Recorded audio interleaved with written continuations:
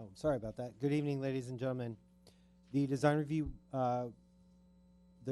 Board public meeting of January 25th, 2018 is called to order. Please refrain from talking amongst yourselves during the meeting, and please turn off or put on vibrate all cell phones at this time. If you need to talk, please leave the meeting room. Anyone who wishes to speak, including applicants, is asked to, on any application to be reviewed today, is asked to completely fill out one of the speaker's cards provided at the table by the front door and submit it to staff. You'll be asked to speak by a board when your case is called. Anyone who wishes to be re-noticed about a project in the event of a return for redesign by the board must completely fill out one of the postcards provided at the table by the front door and submit it to staff to receive notice of subsequent meetings. Current DRB agendas are available by visiting our website at www.glendaleca.gov.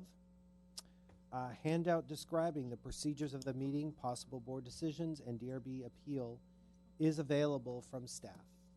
Roll call. Ms. Arzumanian. Here. Mr. Benlian. Yes. Mr. Charchian. Here. Mr. Malikian. Here. And Mr. Simonian. Present. Thank you. Report regarding the posting of the agenda.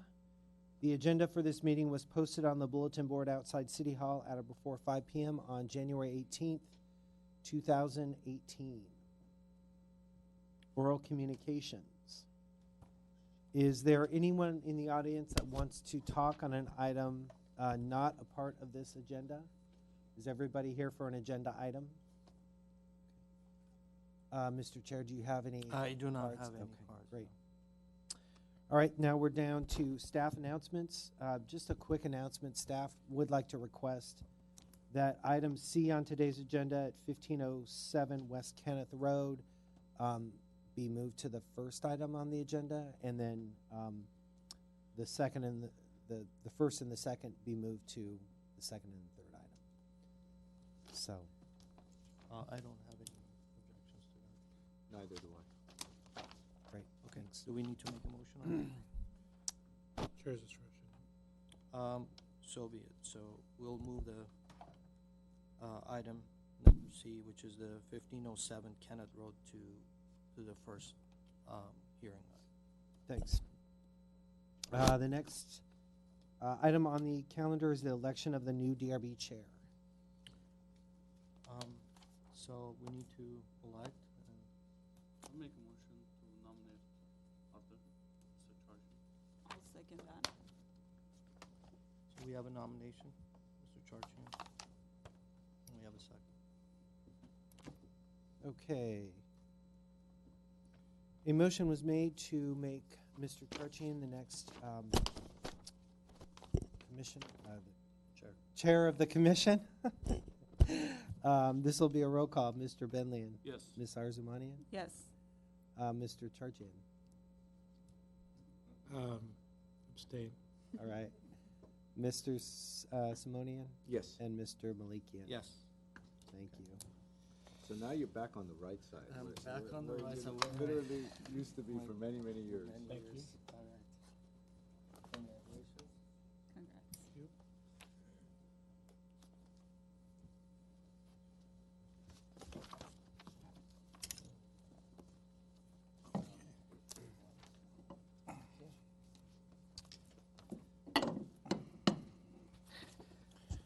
Congrats. All right.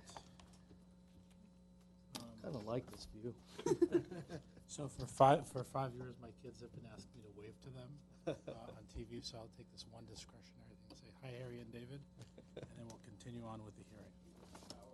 I'm giving the power, and see, I'm already silly with it.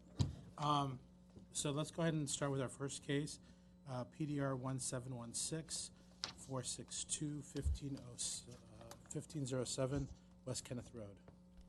Great. Mr. Giesel? Good evening, Mr. Chair and members of the Design Review Board. The first item this evening is case number PDR 1716462. It's on the far left side of your board. It's It's a review of a proposal to construct a new 748 square foot addition to an existing one-story, 1,576 square foot single-family residence in the R1 zone with a floor area ratio District 1. Approximately 66 square feet at the rear of the residence will be demolished also as part of the project. The project is located at 1507 West Kenneth Road. The site is 7,228 square feet, rectangular in shape. The addition is proposed at the front of the existing residence. The prevailing setback for the north side of West Kenneth Road between Sonora and Roberta Avenues averages just under 53 feet in depth, so it's a very deep setback particularly for the R1 zone. Only one residence on this block was developed with a closer to normal 32-foot front setback.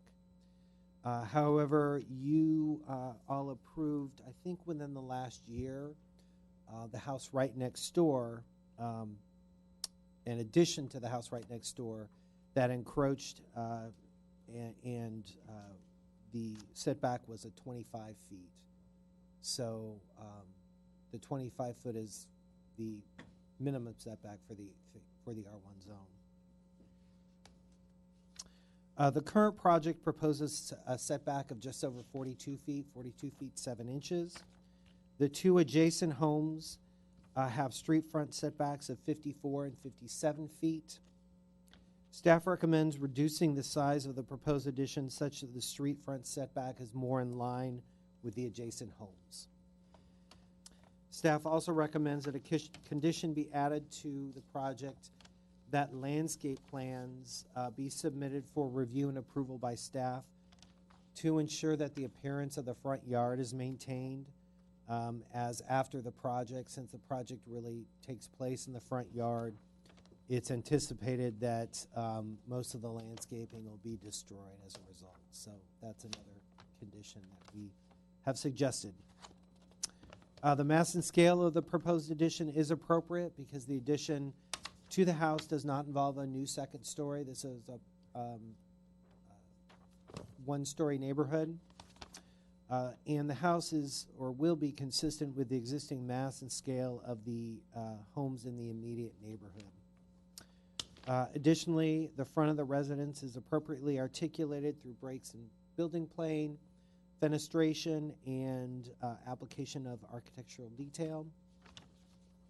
Staff recommends, however, redesigning the roof form over the southeast volume, which is above the entryway, to simplify the visible form and improve proportions and roof drainage, actually. Design and detailing for the project are also appropriate because the existing residence is a modest, traditionally styled home, and the addition will maintain that style. Windows will be high quality and will be aluminum clad wood. They will also have exterior grids. Staff does suggest that the design of the door be submitted to staff for review and approval. Currently, the entrance door appears overly tall and cramps really the modest entryway. Additionally, the design of the addition would benefit from appropriately highlighting the entrance to the residence. So that staff has some recommendations. Staff recommends approval of the project with 5 conditions. I can go over them, or otherwise that concludes my presentation. Thank you. Does anyone need to go through the conditions? No. No? Okay. Let's go ahead and open up the public hearing. I had one question for First staff. question? You mentioned something about a more typical 32-foot. Where's that dimension coming from? The corner residence of, I believe, West Kenneth and Sonora. Sort of the most western part of that block has a 32-foot front setback. That is closer to the normal 25-foot setback for R1 zones, whereas the remainder of the houses, absent the house that you just approved the addition to about a year ago, all of them have much deeper setbacks. Thank you. So the closer to normal meant it's closer to 25 feet. I understand. Okay, thank you. But, I'm sorry, so, the zoning map right on the cover page that it calls out for 58 feet, that it's saying that it's the front setback for both adjacent buildings. That's not correct? Is that what you're saying? I used, According to their drawing, it says 58 feet. right, I believe I used the chart that's right in back of you, the neighborhood comparison sheet.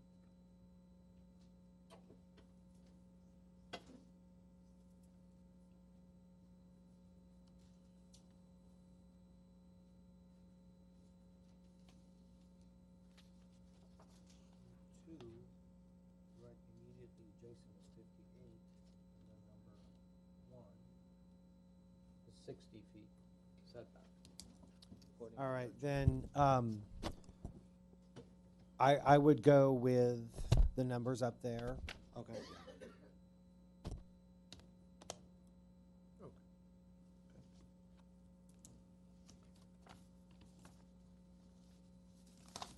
Any other questions? Oh, one more Mr. Malikio? question. Landscape plans, is it supposed to be landscape architect or just be a landscape, Landscape plan. just a plan? Okay, that's it, thank you. Okay, so let's go ahead and open up the public portion of this. And the first speaker would be the applicant, Okshen Babakanyan. Please come forth, state your name for the record. And you have 5 minutes, sir. Sure. My name is Oksen Babakanian. I'm a structural engineer working in Glendale area last 23 years. Basically, this project is very small addition of 700 square feet or plus in front. And it is part of the just one-story addition. And the main issue is the frontage. The frontage, as we say, the last year was approved one of the neighbors to be 25 feet. Zoning requires only 25 feet.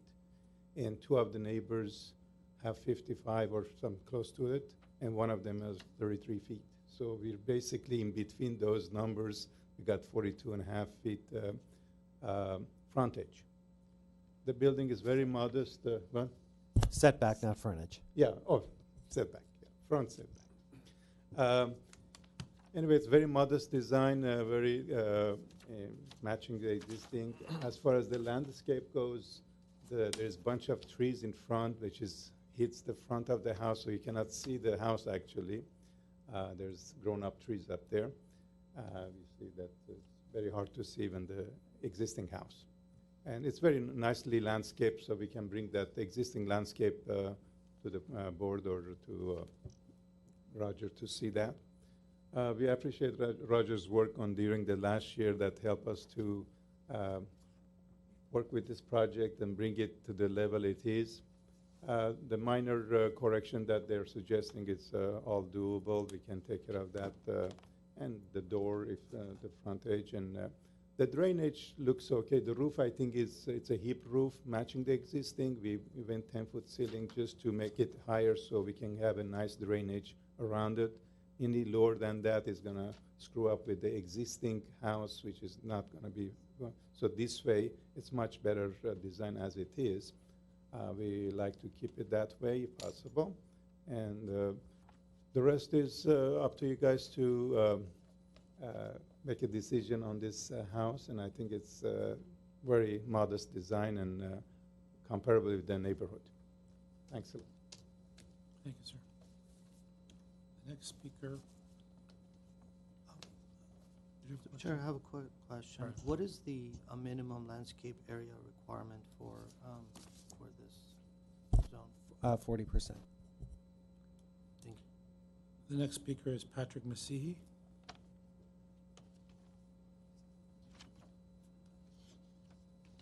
Mr. Chair, members of the board, first of all, congratulations, Mr. Charchian, well deserved.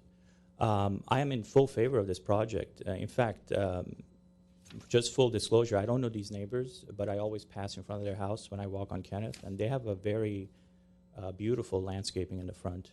And to be honest with you, 25 feet should be allowed without any questions. You guys have already set the precedence at 1511, Kenneth, by allowing the guy to come all the way to the 25 feet. I supported that project too because it was a single-story project. I support this one wholeheartedly because it's a single-story project. And it's very modest. It's actually, I would have preferred if their roof line was to go a little bit higher, give it some character. That's their choice. I'm not going to dictate on the design. But just the front setback, 25 feet is the minimum. Let's do it. Let's allow people to use their land. The precedence was already set in the 1950s when you guys allowed, as the city of Glendale, 901 Kenneth, which is also north side of Kenneth, a couple of blocks down, to be the first house to have a 25-feet setback. So from a legal standpoint, that house, 901, opened the door for the rest of the people to be allowed to come to the 25-feet setback. Please do not, give them a hard time in terms of, hey, you need to be at 50 feet or 45 feet because the legal precedence, again, has been set with other properties nearby. So I'm full support of this project. Thank you, by the way, to the neighbors who are making this a single-story project. This is great compared to what happened about 2 years ago when right across the street a two-story box went up. That was a close call. I think it was a 3-2 vote. But again, let's support this project, and I'm in full favor. Thank you. Thank you. Are there any other speakers who would like to speak on this item? Seeing none, I'm going to close the public comment portion and initiate deliberations. Mr. Glenn, would you like to start? Sure. I think I agree with the designer. It is a modest design, single story. I'm okay with staff conditions, but I think I would support getting rid of condition number 1. I think 42 feet is plenty, in my opinion. I'm in support. And I've already made my first mistake. Mr. Babakani, did you want a rebuttal? I mean, there was nothing said opposing your project. Okay, it's your first day, Mr. Mr. Malikian? Sure. Well, first of all, I agree, and I think it is a modest building, and it's a modest addition. There's a couple of clarifications that I need to have and understand. 40% landscaping, existing landscaping area is 1935. So there's almost like 2,000 square foot or 1,000 or so square foot of less landscape area. How's that going to be addressed? Is that going to be something that it needs to be addressed, or was it part of something that the landscape plans was required? Because there's almost 1,000 square foot of, or over 1,000 actually. Let me look at the small set of plans. Okay, that's one question. The second question is you have an AC on the setback within the site setbacks. I don't think that's going to be possible. I think the neighbor came out, spoke about the adjacent building that we approved. Based on this drawing, it's 58 feet. Did we approve a project that it comes out 25 feet from the property line?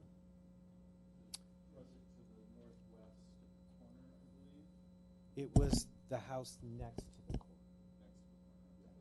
And we actually approved, and we already set a precedent that brings the house forward to 25-foot setback.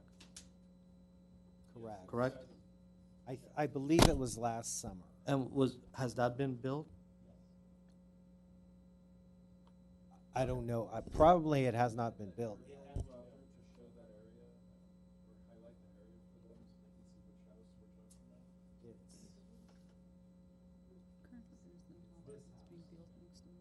I don't remember seeing a house next door, but that's why I was like confused, because it says right next door, and that's why I'm asking. It's like, is it right next door that it was 25 feet? But it was further up.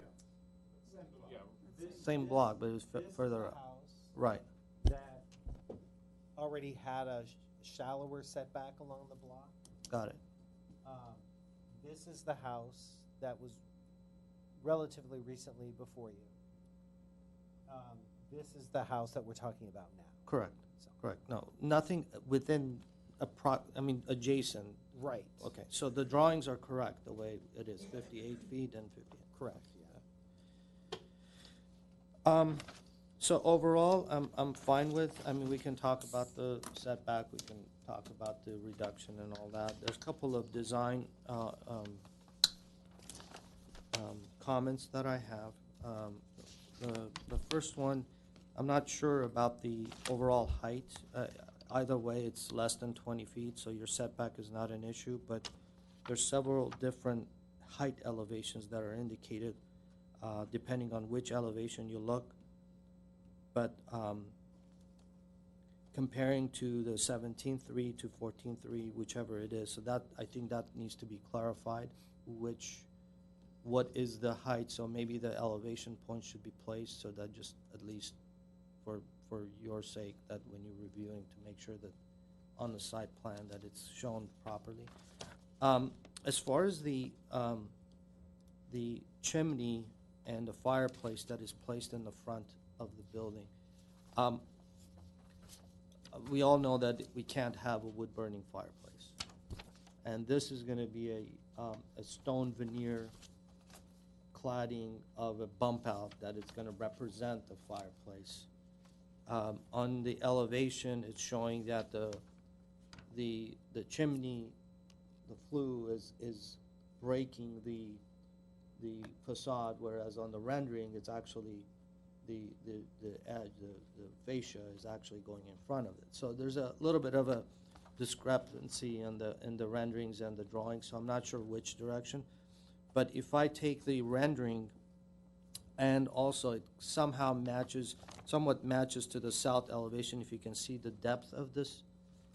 If we're gonna make this a chimney, and I think it needs to be a little bit deeper and a little bit more substantial. It doesn't look funny, and it doesn't look like a planton, like the veneers are. So I think it needs to be a little bit more scaled in proportion to what is gonna be representing. Also, the stone that it's being carried at the base, I think there's a little bit of a leftover of the balance of the footing. It should carry out so that all the base is covered with stone rather than just, as long as if it's appearing from the public view, if it's behind a fence or they're gonna be putting a fence, I don't care. But if they're not gonna be putting a fence, I think that the stone should carry as far back as possible so the public won't really see the break in the middle of the wall. Okay, on the east and the west Yeah, elevation? on the east and the west, correct. Okay. As far as the windows, I'm fine with the windows. As far as the trimming, the borders and all that, I'm assuming that it would be similar to the trim that is being proposed on A 7.0. But that's not shown on the elevation, so I'm not sure if it's part of the exterior planton around the openings, or is it part of the window itself that is going to be set within the opening? I don't know if I'm clear or not, so that needs to be somehow clarified with the detail. I don't mind. I think it's either way. I think it would be nice if it's placed on so that it kind of makes this windows a little bit bigger, but I'm fine with either way. So, other than that, I think we can talk about the setbacks, but I'm fine with what we have here. Mr. Miller, can I have a question for you? You did point out that on the south elevations and the rendering that there's a mismatch on the chimney and how it is perceived, the depth of it. Which would you be in support of? I'm assuming No, the renderings. well, I'm Are more off. supportive because the depth is so minimal. It looks fake. It looks like a bump out. I think if it is a chimney, if it is going to be considered as a fire, it needs to be deep enough. If it's not, then just basically get rid of it. I don't know. I mean, but if it is going to be used as a fireplace, it should be moved out more, where the elevation, which is southwest elevation on a 5.0, the way it's rendered, I think it will depict that elevation more. It would be more in keeping with the idea of the chimney flue is breaking the fascia board, rather than it's behind the fascia board. Okay. Okay? Ms. Arzamian? Sure. I'm also in support of the project. It is a small project, and the landscape in the front of the house is beautiful, so I hope we can keep that after the project. So I would like for the owner to work with staff to make sure we can maintain that. Other than that, it's fine. I would like for us to entertain the idea of getting rid of condition 1, but we can talk about that. Okay. Mr. Simonian? I'm in support of the project as well.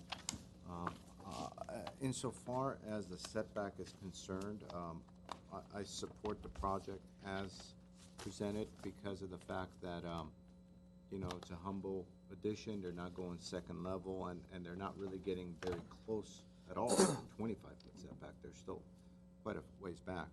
I think some of Mr. Malakian's comments were some of my comments as well, so maybe we could just kind of go through the conditions and try to be more succinct with them, and I support the project. Okay.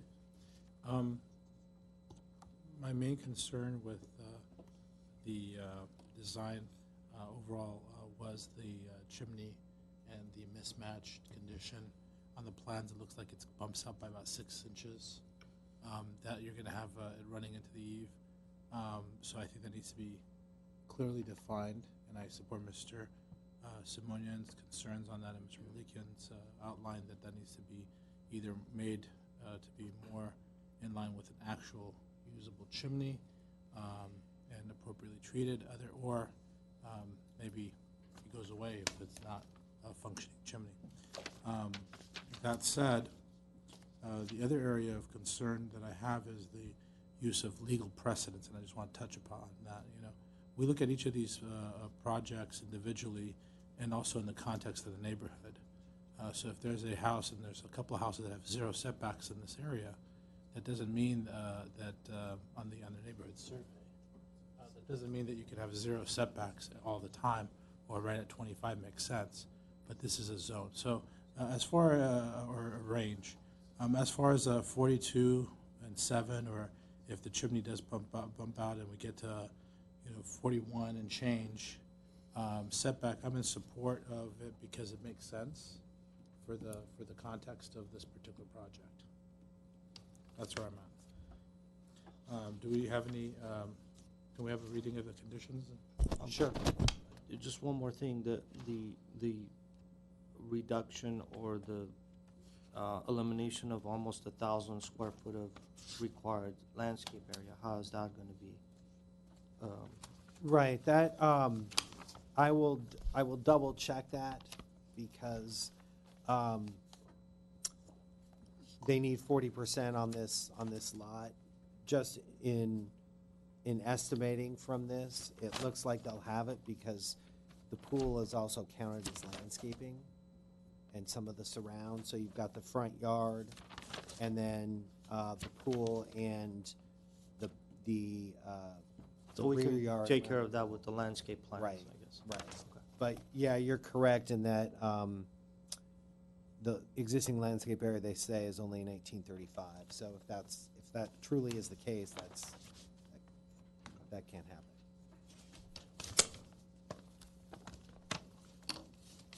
Okay. Can we get a reading of the conditions? Sure. All right. So condition number 1, you're eliminating. Condition 2, landscape plan shall be submitted for review and approval by staff. And there was some, it appears, consensus that the landscaping that's out there now, even if it is destroyed, it really should come back to kind of what it is now, not a total new landscape plan. Is that? Yeah, I think the consensus was that given the neighborhood condition of it being an established neighborhood, having a more established landscape, right, would be appropriate versus, for example, pulling everything out and putting in a rock or something of that nature. Okay. So minimize the disturbance. That's right. Okay. No. And there's, Okay.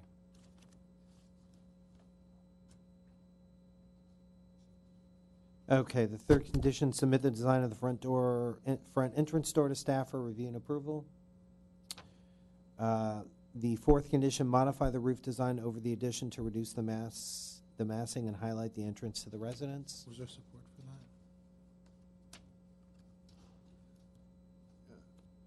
I think once you start redesigning some of the front entrance, it might add a lot more character and give it a lot more scale as far as the design is concerned, but I didn't particularly have any issues with the height, so I'd be okay eliminating that condition so long as they're working with staff on the front entrance. I would support that as well. Okay, so eliminate number 4. And then submit revised eave detail to staff for review and approval to ensure consistent detailing throughout the house. Then some conditions added this evening. The chimney shall be scaled and proportioned as a chimney and should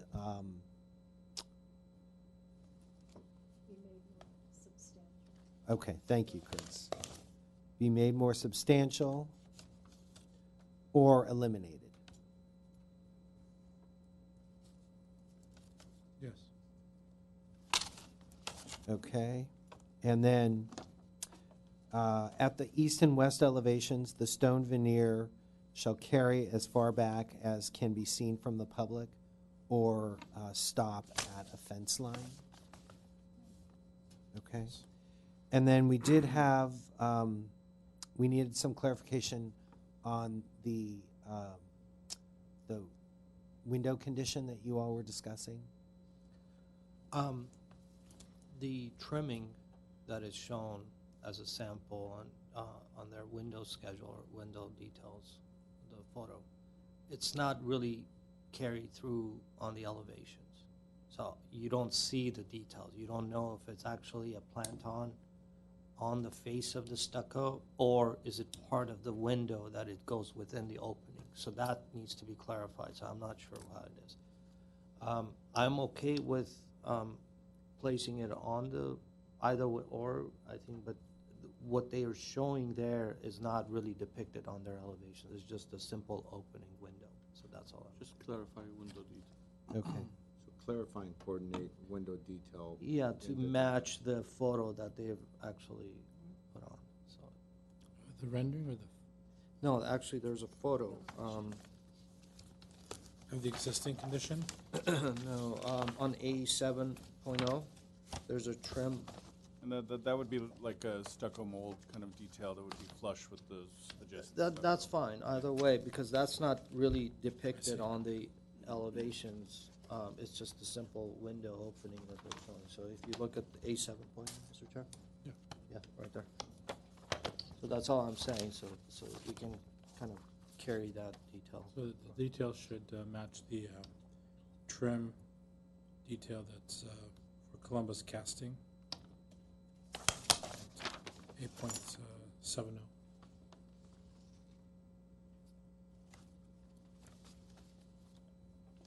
Any other conditions? The AC unit in the setback? And also verify. As long as the AC unit is screened or enclosed, it can be in the setback. Really? In single-family zones. So even a 3-foot setback that they have, so fire department needs to get to the back, they have to jump over the AC unit? Very interesting. That's why they're well-trained. Better hope so. There was another condition to just verify the heights on the drawings to clarify the overall building height. Yes, there are certain elevations that you see the overall height is 17.3, and then the same kind of an elevation opposites, and it's 14. So there's a couple of feet of difference, but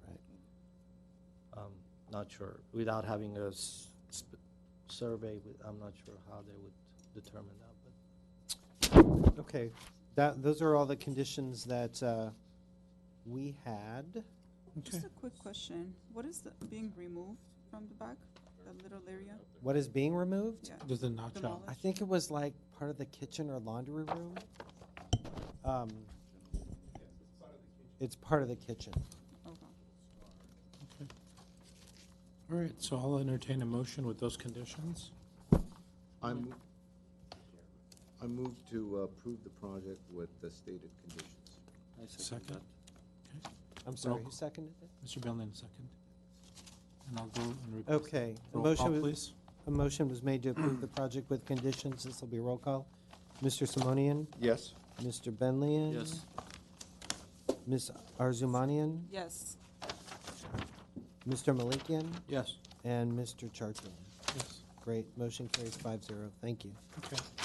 So our next item on tonight's calendar is PDR 171, bless you, 8173 652 Robin Glen Drive. Thank you, Mr. Chair. I'm going to approach the board for my presentation.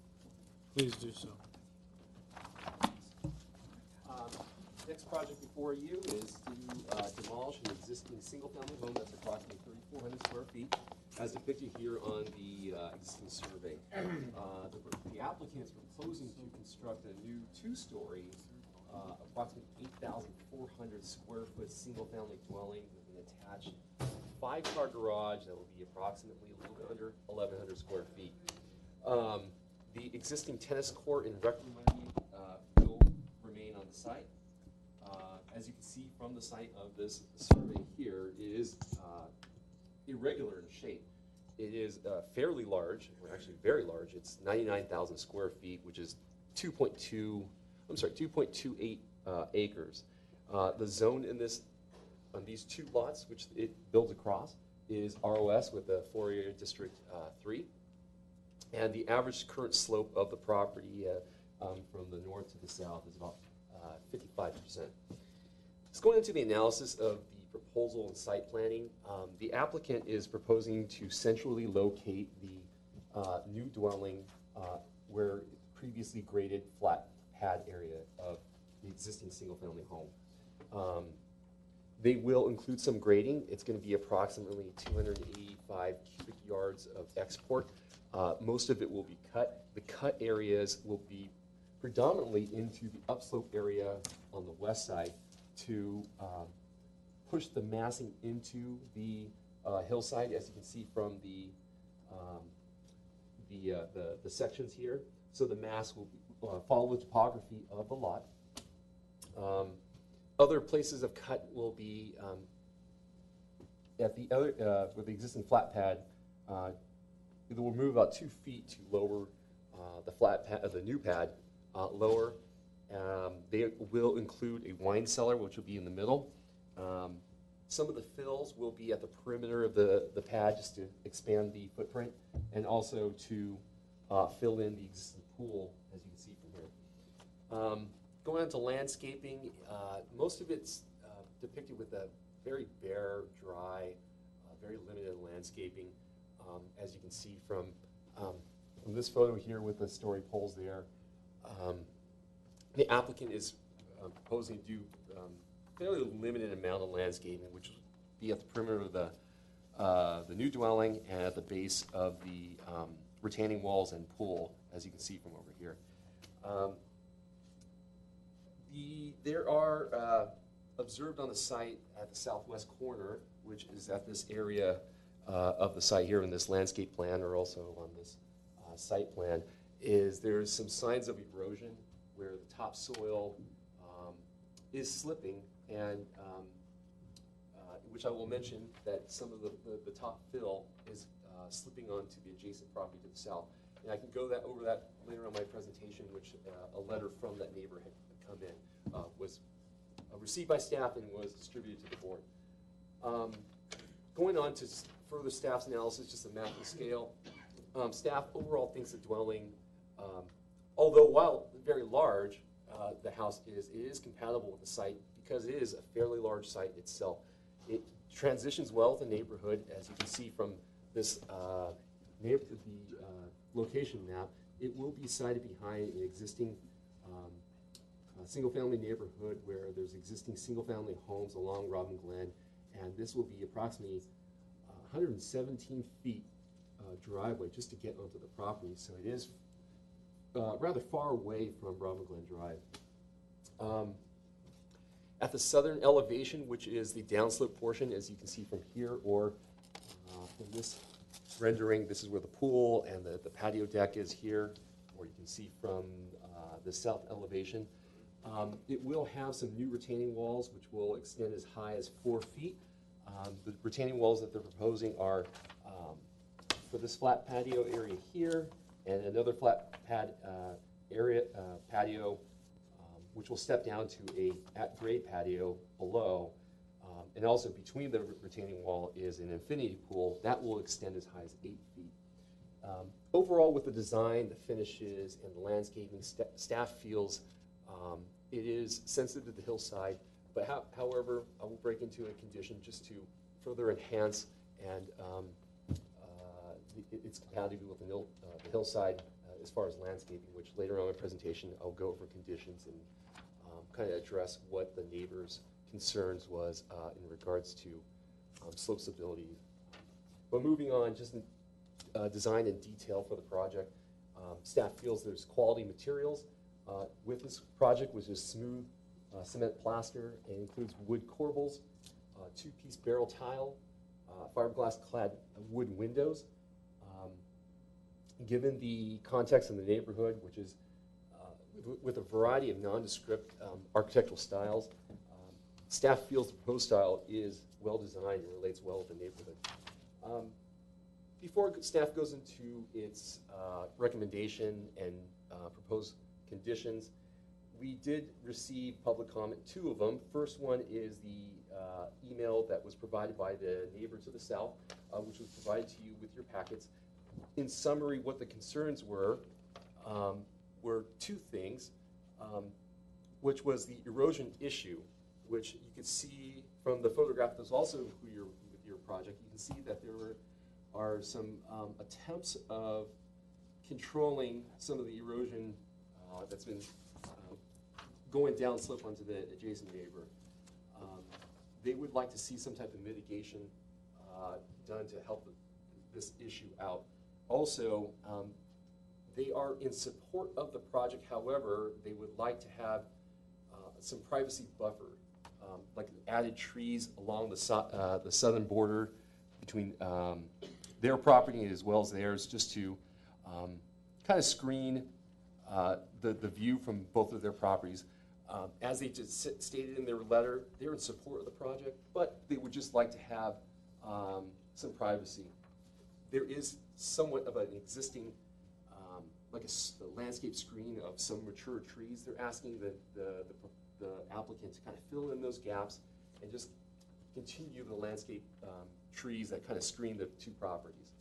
The second one was a phone call I received from a neighbor, or they're representing the neighbor. In short, I didn't get the name, but they had concerns, once again, about the erosion, about the topsoil moving south onto the shared driveway, that there's several neighbors that take access from this driveway and it flows down there. Also, they had some concerns about added drainage or just discharge going out into Robin Glen. So I kind of brought this up to Public Works' attention about their concerns. Of course, you know, they will, as far as Public Works, will require that any new drainage on this site will have to be discharged in Robin Glen, which is permitted by right for them. And anything that falls onto the natural site, they're going to allow it to drain wherever it goes. But that's what it is in summary. But overall, staff's recommendation is approval with several conditions, which I can break into, which is at the southwest area of the site are indications of erosion issue, which rainwater causes the topsoil to slide. Mr. Chair, I'm going to interrupt you. Yeah. We have the conditions in front of us. We're probably going to ask for a reading later. Sure. So I'll ask you to skip that part for right now. Okay, that's fine. Okay. That concludes my Thank you so much. presentation. If you have any questions, I'd be more than happy to answer. Thank you so much. Are there any questions for staff? I have a question. That's my question is, did they, so they're basically working with the existing pad to design this house? They're going to centrally locate it where the pad is predominantly flat. They're going to cut a little bit to lower it, and also to accommodate a wine cellar. And also, they're going to have some fill at the perimeter to expand footprint.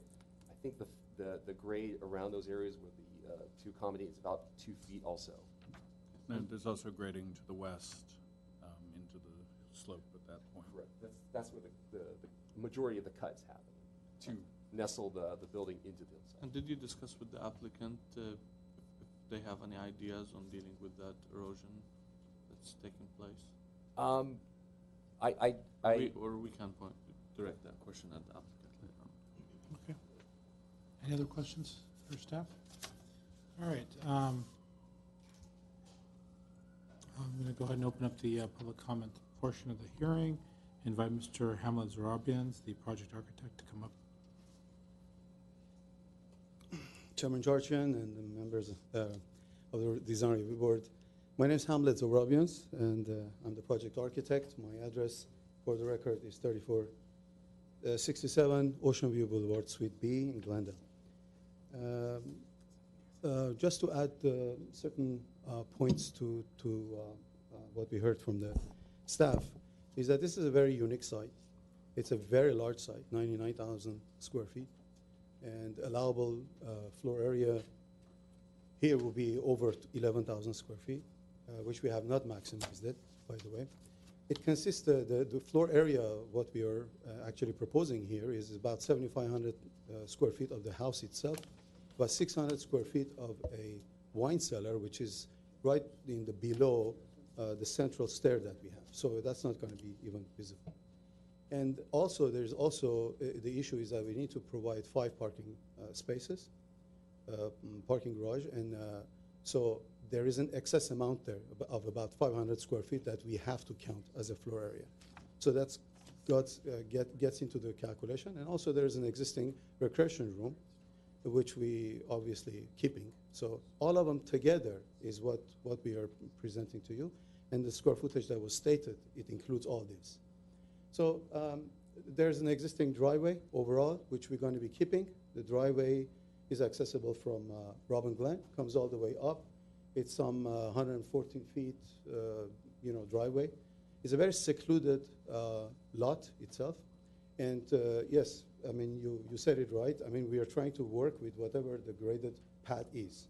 We're not going to disturb the pad in a huge amount. But existing swimming pool is going to be removed. So when you're removing it, so naturally you have to have a soil to put in it. And the new swimming pool is going to be in a cavity portion of it mostly. So we have considered a lot of points in site planning of this project. And the only area that we're going to be actually touching the slope would be on the west side, where also working with the staff, it was brought to our attention that their preference, and I think it's rightly so, is to nestle the building more into that hillside over there, which we did. And instead of having a 15-foot setback from there to have a backyard and necessity for even taller retaining walls and everything was eliminated. And so what we did in the very beginning, we got the soils report from our geologist, our soils engineer, and so that portion of it we can design, we got a letter from him to design it as an impact design. So that virtual 15-foot setback from the toe of the slope will be eliminated. So besides that, the building itself, existing building is 2-story, and what we're proposing is 2-story. The swimming pool deck that is on the existing building is about 4 feet below their building itself. And then there is a natural further down about 4 to 5 feet below their swimming pool down. There is an area there that is, again, naturally graded area there. That naturally graded area there is going to be what we have labeled there as a green area. So that's just going to be left as a green area, and we're going to provide an access from our main deck that goes down. And the swimming pool, obviously, as you know, is going to be an infinity pool.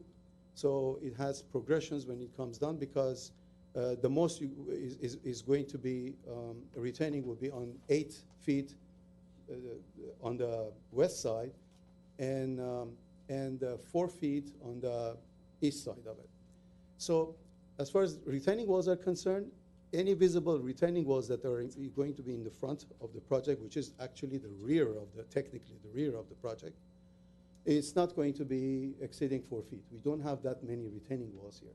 The only retaining wall that is substantially we have proposed is right where we are grading a little bit of the hillside on the west side, where that we by code we can have maximum 15 feet. And what we have there at the highest point would be 14 feet, coming down all the way gradually with the contours, all the way to 3.5 feet. And that particular retaining wall is not going to be by any means visible the way we see it. Visibility also was one of the questions that we were working with the staff. We actually went to a 2 points that this building is going to be visible.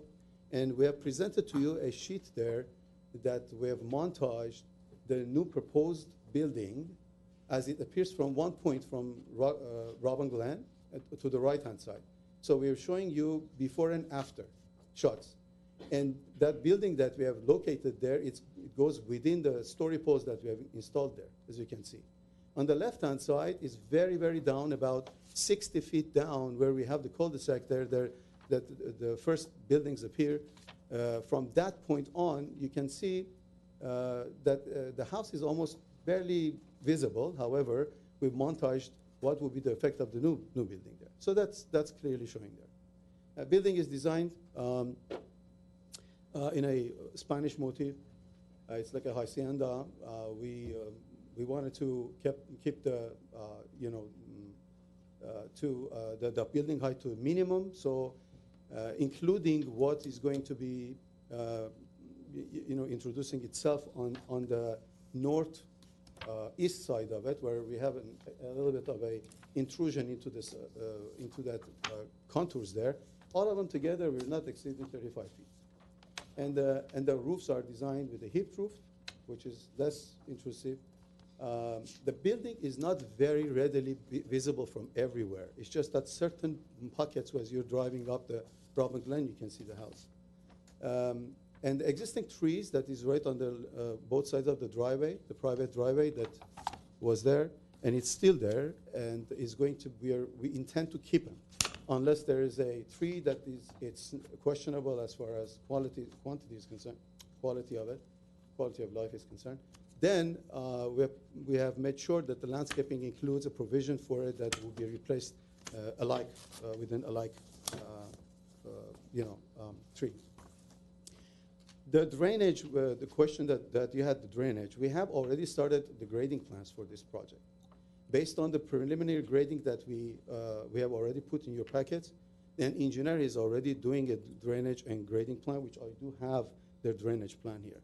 And it's positive drainage, collecting all the water from the deck. The reason is that it's being directed to the street, to the Robin Glen, and Robin Glen being very lower than the pad itself is very, possible, and that's the way he's designed it.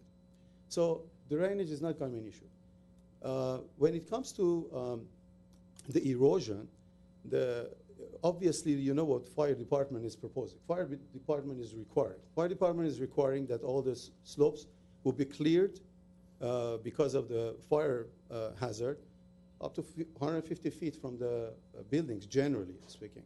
So here, that slope had been cleared. Once you're clearing the landscaping, then there are some portions of the topsoil that starts naturally when it rains and it starts coming down. There's no slippage or anything like this. I have a soils report, complete soils report here, which is recommending the project that is viable project on the site. Seismically and stability of the slope is already taken into account. We asked the soils engineer to what could be other measures that we can propose and he can recommend to us to alleviate this concern of the neighbor down the slope. So he also even recommended, he said that if visibly, if there are rocks or soil coming down or something, you can actually install a chain link fence in the bottom, So they can catch anything that is unwanted and is coming down the slope. So that we have no problem doing that. We can actually provide that. Besides that, the staff has recommended additional landscaping to alleviate that situation. The neighbor is requesting some landscaping down the slope. We have no problem with that. Generally speaking, if you look at the soils report, this whole area there, it's basically a granite type soil, and it's most of it is all bedrock. There's just certain areas that was filled. So there are certain areas filled, there's certain areas are bedrock, and that's it. So I'm done. I mean, You're done, yes. yeah, I was speaking to the most important points. So if you have any questions, you can ask me. Are there any questions? I have a question. When was the soil report completed? There was an initial soil report that was which was done beginning of the project, and then we just got a soils report that was provided to us, I believe, last week. Okay, so that's why it's on our packet. Yeah, Assuming. yeah. Can you please give the soil report to the Of staff course. so we can circulate it? Next speaker, and I apologize on the last name, Eddie Alahuerdian.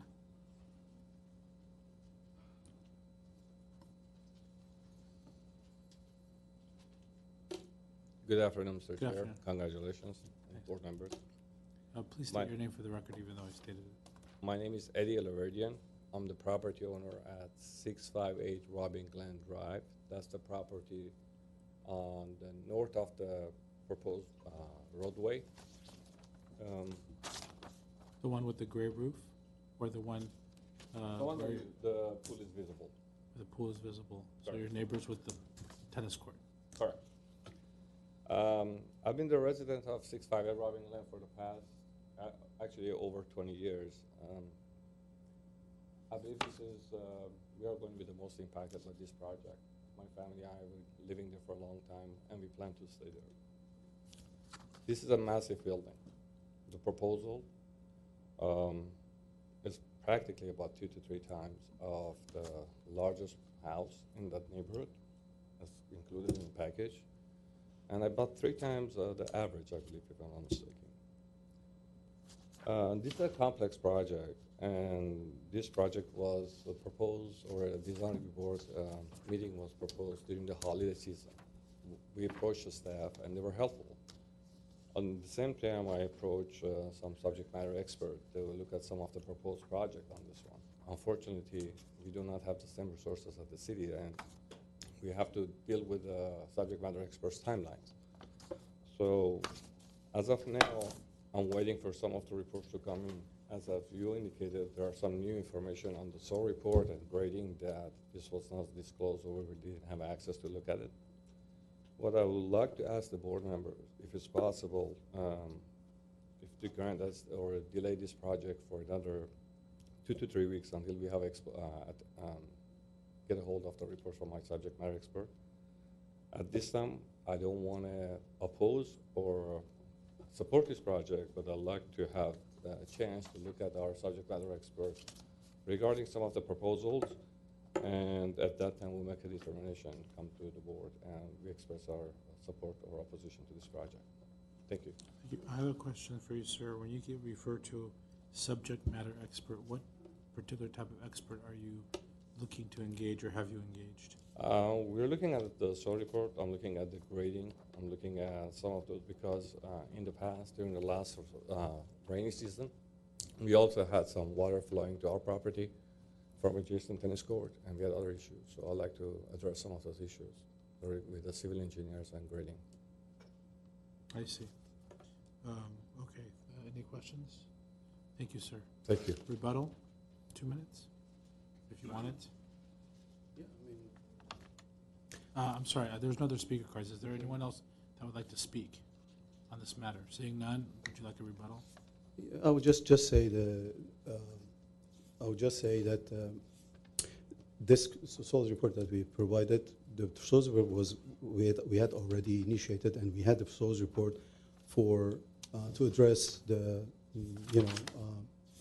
the proximity of the bottom of the slope to the building itself, And it was done in segments. In other words, that was done, and then afterwards we had asked for to be actually tested, and so they did a complete testing. And the recommendation is there. It speaks for itself. It's pretty simple. There's two sheets on top of it, which a professional geologist have taken, accumulated the samples, they tested it, and it just says that there's nothing wrong with the slope or anything like that. And they were also showing maps that is not within the hazard area. There's no slippage or nothing going on there. So I'm as far as that is concerned, I think we're very clear as far as the owner is concerned in our team. If there is any questions as far Actually, was there any erosion or anything that occurred? I thought I heard that, correct? It was, Erosion occurred at the southwest, so we're talking about, I understand, but I guess this report should address that, correct? Yes, it does. But So what is the recommendation by the soils engineer? How do you address the erosion that is occurring now? the erosion that is in subject is not a massive erosion. This is not a structural erosion. It's just a superficial, which is very common anywhere else. It's just that when you're taking the vegetation, when you're removing the vegetation from the slope is steep. So it starts after when rain happens, and just remedial. In my back of my house is the same way. I mean, No, I understand, So but what I'm all saying- I'm saying is, Yes. has he looked at that and has? he has looked at it. Okay, so there is a. Yes, yes. And then again, we asked if there is anything that we can help the situation, but like I said, at the end of the project, he also put a recommendation in the bottom of the slope, very bottom of slope, we can actually install chain link fence just in case. Superficial slopes. Mr. Rosorgan, do you know how long those bags and berms have been up to prevent erosion? How long, sorry? In the staff photograph, Yeah, there are these sandbags and berms Yes. that are up. Do you know how long those have been up I don't know. on the property before you started with this project? I don't know. I don't remember at all. I don't remember seeing them, and I think possible. In the email, I think they mentioned the previous owner had put Yeah. those. Oh, you mean, Those possibly correspond, we see some, what appears to be erosion control along the left side there. Yeah, to me, my concern, and we'll get into this in a minute, but my concern is it looks like there's a lot of erosional control efforts on this hillside over long periods of time, but we'll get into that. Any other questions? Okay, thank you, Mr. Rosaro. I have Oh, I'm sorry. No, not yet. I'll reserve my question for later. Okay, we'll Thank reserve you. the question. Thank you. I'm going to go ahead and close the public comment portion of the hearing and begin deliberations. Who would like to start? I'll go ahead and start, but before I start, I have a question for staff. R1R, what's the number of stories you can have in this? This is a ROS zone, but it's still 2 stories. To be considered a 2-story, the floor level needs to be above the average top of curb. So since the wine cellar will be below the average top of curb, technically, since it's concealed in the hillside and down below, it's not considered a story. And being that it's not considered a story, but it's considered as a floor area. It is considered floor area, it's correct. So being that it is below grade, but the elevation is higher than the street level, it's still considered as a floor area. I mean, it's still considered as non-story, correct? It's a non-story, that's correct. And still counting that in FAR. This is being recorded, right? Okay, good. Well, as the applicant mentioned, this is a unique site. And being that it is a unique site, we're dealing with an existing structure that exists there at this moment. The footprint is there, the deck is there. If this was a blank slate, I would have probably spent a little bit more time discussing the location and placement of the house coming so close, being like literally 10 feet away, which is what the minimum setback is. And we can still talk about that. So overall, I think, yes, it's a well-designed project. I think the site placement is given, being that it is replacing the existing house. The tennis court is there, so I don't think there's anything being proposed at that end. So we're not dealing with any of the improvements on that end.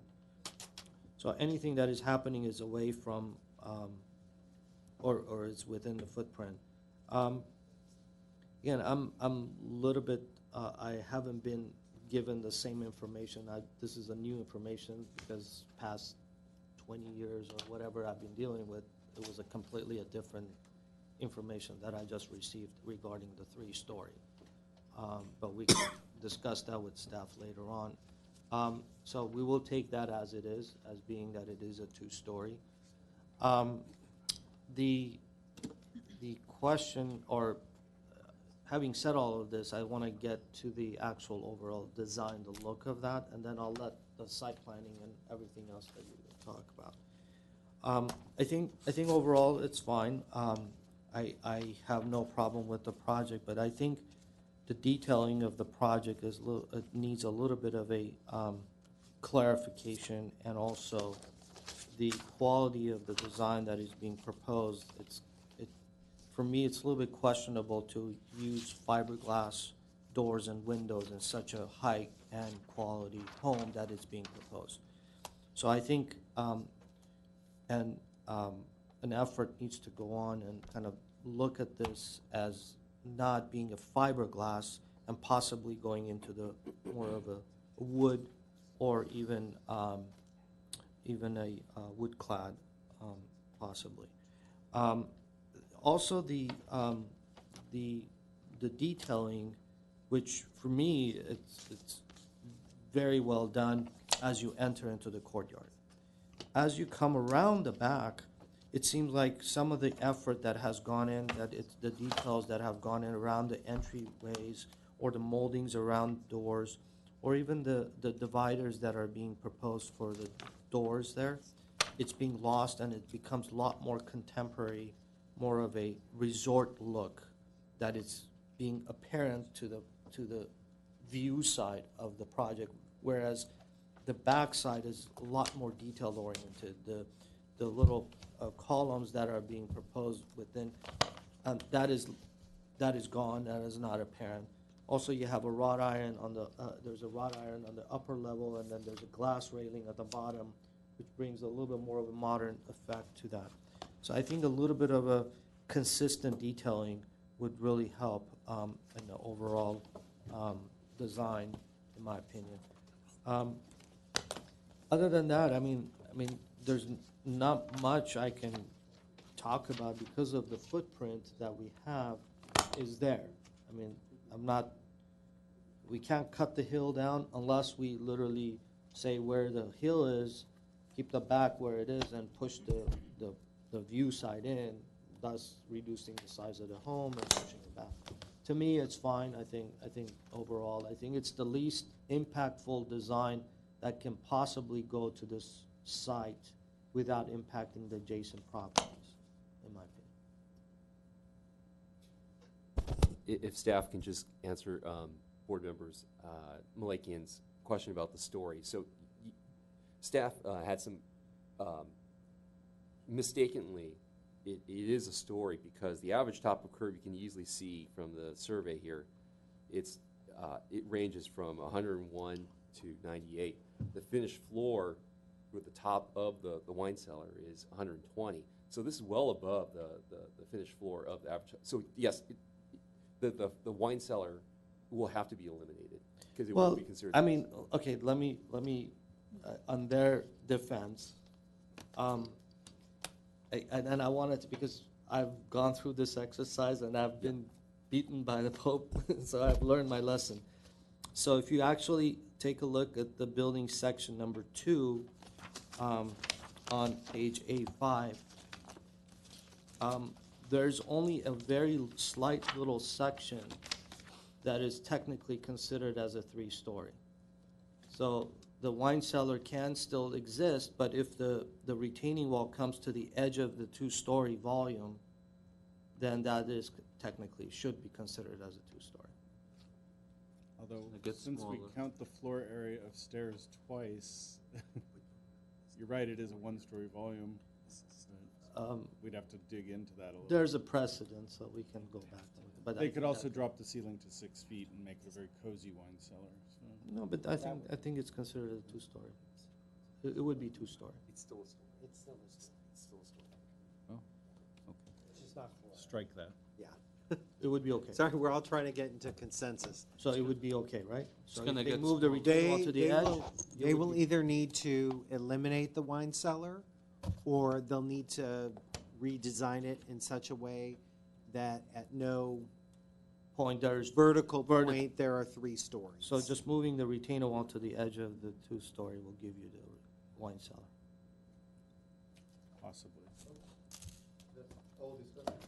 I mean, it's just, yeah, that's why I wanted to make sure, because I wasn't clear of how does this happen, but, yeah, and that may reduce the square footage, that may reduce the cut and fill, that may reduce whatever, but that's, And it's better to deal with it now than when you're Yes. in planning. It could also be placed under the garage if that could be reconfigured. Or if we can just eliminate the wine cellar.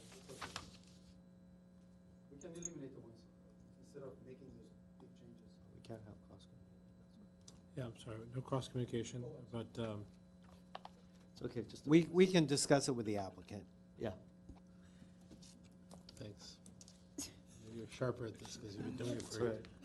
He's co-pilot today. I need a co-pilot for the first run. Okay, who would like to go next? Mr. Simonian? Sure. I agree with Mr. Lekian's comments insofar as, you know, if this was a new project and there was nothing there, we would probably approach it very differently, but it is an existing built home, and it's already been graded, there's an existing driveway, there's already an existing pad, and there's a huge tennis court that already exists, and so all of a sudden, we're working within a pad area, and so overall, the placement of the building seems to make sense. What I heard a minute ago, because we couldn't have cross-communication, was the applicant was okay, perhaps even eliminating the wine cellar, in which case it's gonna have a really big difference on that square footage. Because that basement, wine cellar was a big portion of it, and so that's gonna have a big impact on the square footage of the house moving forward as well. I do agree with some of the comments about the materials. I think it's actually a very good idea to have some sort of an impact wall, some sort of a barrier at the bottom to stop any kind of erosion from going farther. You know, if possible, you could maybe even build a swale next to it. However, the drainage of the swale becomes some sort of a question. So in other words, as I heard staff mention before, the site, as it drains today, naturally will continue to drain naturally. And so if you had an impact wall built at the bottom with a swell next to it with some sort of a catch basin that gets cleaned every once in a while, even if that overflowed and went down, it would still be the same amount of water going down, but it would actually be a lot less velocity, et cetera. So that would actually maybe help the situation if that's what we're trying to address. Overall, in the south portion over there, that the erosion, if we have a lot of coyote bush or lantanas, et cetera, perhaps, you know, even larger specimens like the 1 gallons, et cetera, all that will come in. Within 6 months, it'll be covered if it's planted the right way and irrigated. So I think that's a wonderful condition as well. So overall, I do support the project with those comments. Sorry, Simonian? Sure. I echo the same comments. One thing that I noticed was the railings on the top floor and bottom floor, they're different, so we would like to see. I feel like if there is a consistency, it would just look better as far as the design goes. But I support the project with the conditions, and mainly we want to make sure the erosion situation is addressed. I saw a lot of recommendation from your geologist, so I think that would also address some of the other concerns that the neighbor had. Mr. Bellinger? I will add my voice also to Mr. Malik and Mr. Simonian. I think the site plan, I'm not going to comment on since it's kind of done deal, and it's nice to have a house of this size with only a few hundred cubic yards of cut and fill. I mean, you normally don't see that. The second thing I wanted to commend the architect on doing is, even though it's a large residence, it doesn't feel like a large residence. Even if you look at, I don't know how accurate the perspectives that you showed, like it looks similar to the 3,000 square foot house, but just by looking at the renderings, I mean, the way you broke the mass and the way you created the outdoor, indoor areas, it just well done. I think high quality materials, the design and detail looks really nice, and I think Mr. Malikian had a good point. Like, you need to stay consistent in some areas, but other than that, I mean, the design looks really nice.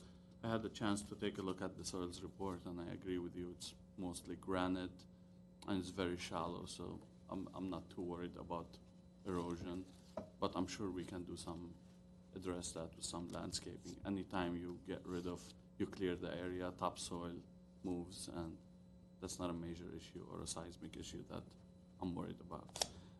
I'm in support of the project, and I think if we get rid of the wine cellar, that will reduce the square footage, and it's a good project.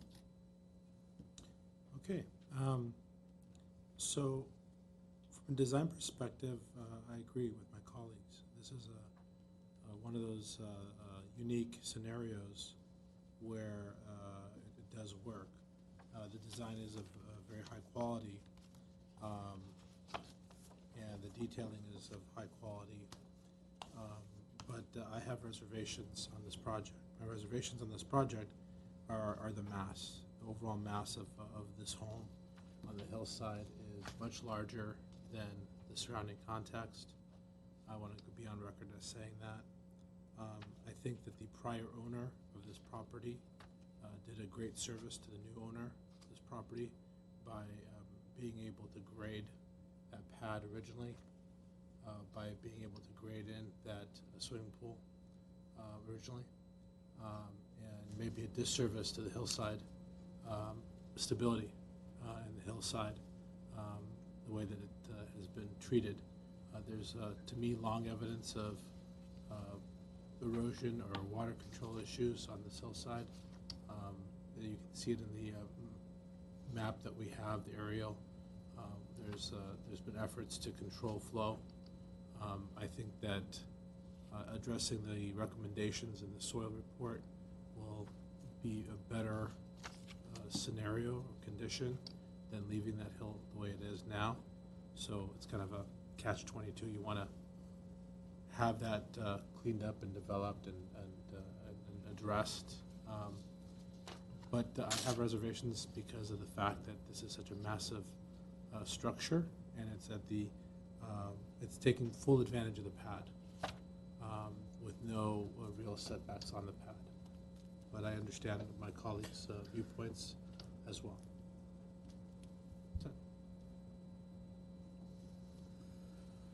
So, can we get a reading of all the conditions, please? We have the 3 staff conditions, one about the erosion at the lower portion at the south of the site, and then we heard additional commentary to look into the possibility of an impact wall placed at the south of the site, possibly in conjunction with the swale and or catch basin configuration, working, I assume, with the architect and the soils engineer to see what's feasible in that area. I didn't hear 2 other staff conditions, simple ones, using split face blocks of the retaining wall to the west, adding additional ground cover and shrubs at the base. I guess that kind of ties in with condition 1 in terms of erosion. Mr. Plams, sorry to interrupt. I think since we didn't get a reading initially of the conditions, can we have the staff conditions read into the record and then have the additional conditions as you're outlining them? Sure. Staff's recommended conditions, number 1 is at the southwest area of the site, or indications of erosion control, which rainwater has caused the topsoil to slide downhill onto the adjacent neighbor's property. To help stabilize the topsoil, staff recommends the majority of the southwest portion of the hillside, beginning at the base of the new retaining wall to the southern interior property line, and a 40-foot in both directions from the center line of the valley where the rainwater naturally flows downhill, to be re-landscaped with a mix of California-friendly ground covers and shrubs. The landscape plan shall be drawn by a licensed landscape architect and to the satisfaction of the planning division. So that's condition number 1. Number 2, the retaining wall at the most western portion of the property shall be constructed with a split face block material or finished with a smooth cement to enhance its appearance. And number 3, additional ground cover and shrubs shall be provided at the base of the south retaining wall and an infinity pool to enhance the screening and stability of the hillside. And staff recommended 1 consideration: additional canopy trees shall be planted along the southern property line to improve privacy and buffer area with the southern adjacent property. Perfect. Mr. Plow, would you like to continue with the additional And conditions? with the board's concurrence, we would augment condition 1 to discuss the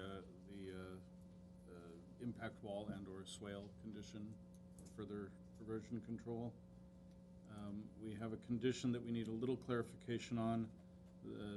Several board members noted that the railings are inconsistently applied at the rear facade, some iron at the second floor, glass at the first floor.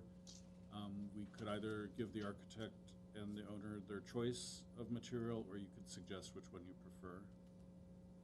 Sarah, I mean, you were the one bringing that up. Is there a preference? I like the metal one better. It goes well with the design of the house. That would be my suggestion. So maybe a condition that the design that is uniform and Yeah. more in keeping with the design. Leave it up to the Well, architect. the metal railings would be more in keeping with the design. It would avoid reflectivity issues on a south-facing hillside lot. But whatever you tell us, we'll do. So. You can keep, leave it up to the architect to decide. Okay. So just But a uniform design, not a one that's- uniform design, yeah. I'd like to add a clarification in condition. I didn't state impact wall, which I know it has a different meaning than what the chain link fence that the applicant had proposed. And so I'd like to say, or comparable per the geologist, not per se an exact impact wall. It would also have to meet zoning code, so we have to look at all of that. So impact wall or comparable per geologist for Recommendation. input.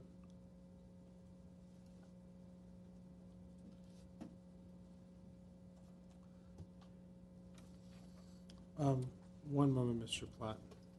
I'm gonna ask, this has been a request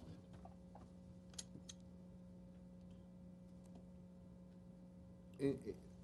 While that's being assessed, Mr. Chair, I had a question too regarding the consideration. Please. The consideration for the addition of trees on the bottom side, was that based on the neighbor to the south request? I think that's, and is the neighbor to the south, that's the one that's being impacted by all the erosion to begin with? I see. Can you continue with the conditions? We need to add a condition to eliminate the wine cellar from the proposal. I think that's more of a zoning. So if somehow you were to redesign it such as if the wine cellar were to be below the garage, let's just say, that's still a one-story volume, you put that below, then it technically becomes a two-story there. Okay, you're right. There is more of a zoning rather than a. So let's get some clarification from the board here, because I appreciate the technical aspects, but what I also heard was that part of the removal of the wine cellar was to have a net effect of reduction of square footage. I'm okay with, I mean, the size of the property and the size of the home. I'm fine with the square footage or the grading, but I think it was Mr. Simonian had that comment. So if it is, obviously, if it gets eliminated, there's a, Yeah, I thought it was a noble gesture, as you might say, because it'll reduce grading, it'll reduce the size of the square footage. And so I just figured it was a win-win scenario, and so the applicant offered, and I echoed it as part of my deliberation, or comments, I would say. So, but I'm okay leaving it as staff recommends as well. But if the applicant is absolutely agreeing that they don't want it, then there's no need to convolute the conditions and to make it any more cumbersome. We can work with the staff. So in that case, let's just keep it either or for now. So the condition would be that the wine cellar would be either removed or maintained, but if maintained, must be compliant with code, Zoning code. zoning code. Um, I'm sorry, Mr. Swan, go ahead. I think at some point we discussed some vegetation on that south side as part of a landscape plan. That's part of number one, and I do think it might be a good idea to move that consideration as a condition, as some filling in some of those trees on the south side to protect that neighbor to the south. I don't quite know the impact of it, but if it's several trees, like 2 or 3 trees, it might not be a bad idea to kind of implement it into the landscape. Is that a reading of the full conditions at this time? Everything that I've got. Okay. I've been handed a request from a gentleman who spoke earlier, requesting to be allowed to speak on this issue because their request at the time that they came up was for a continuance of this matter. I realize that we did not rule or decide on that matter for a continuance. I am not inclined to continue a noticed hearing, and I believe that is my discretion. And there is no motion from my fellow board members for a continuance, is there? Okay, seeing none, I'm not going to continue the hearing. There is also a request to allow the speaker to come up for the ability to actually address issues.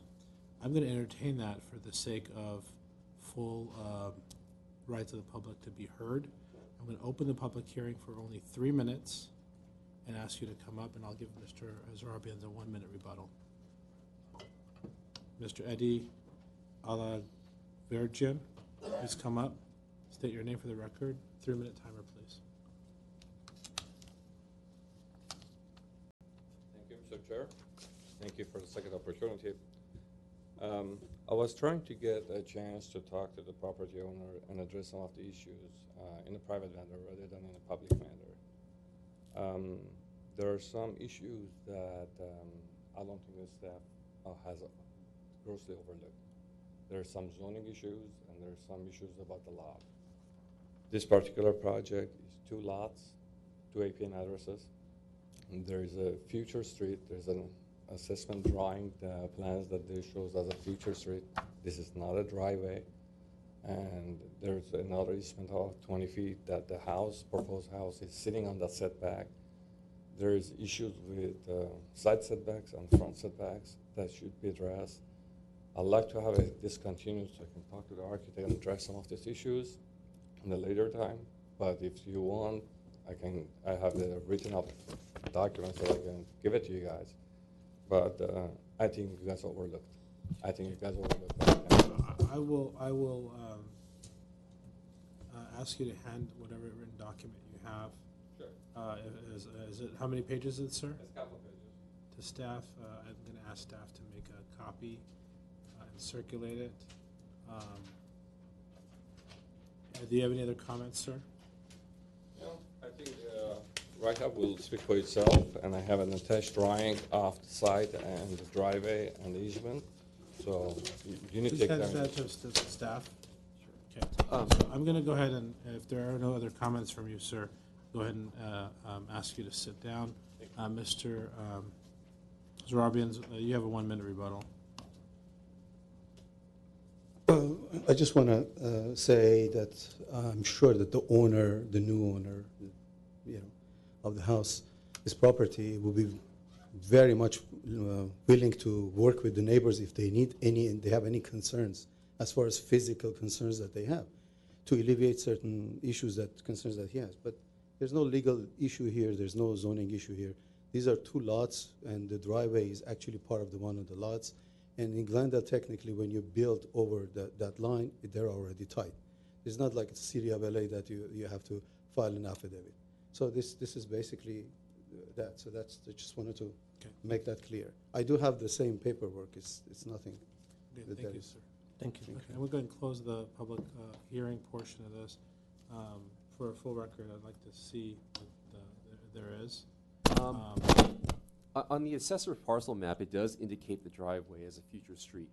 I spoke to this about with the engineering at Public Works.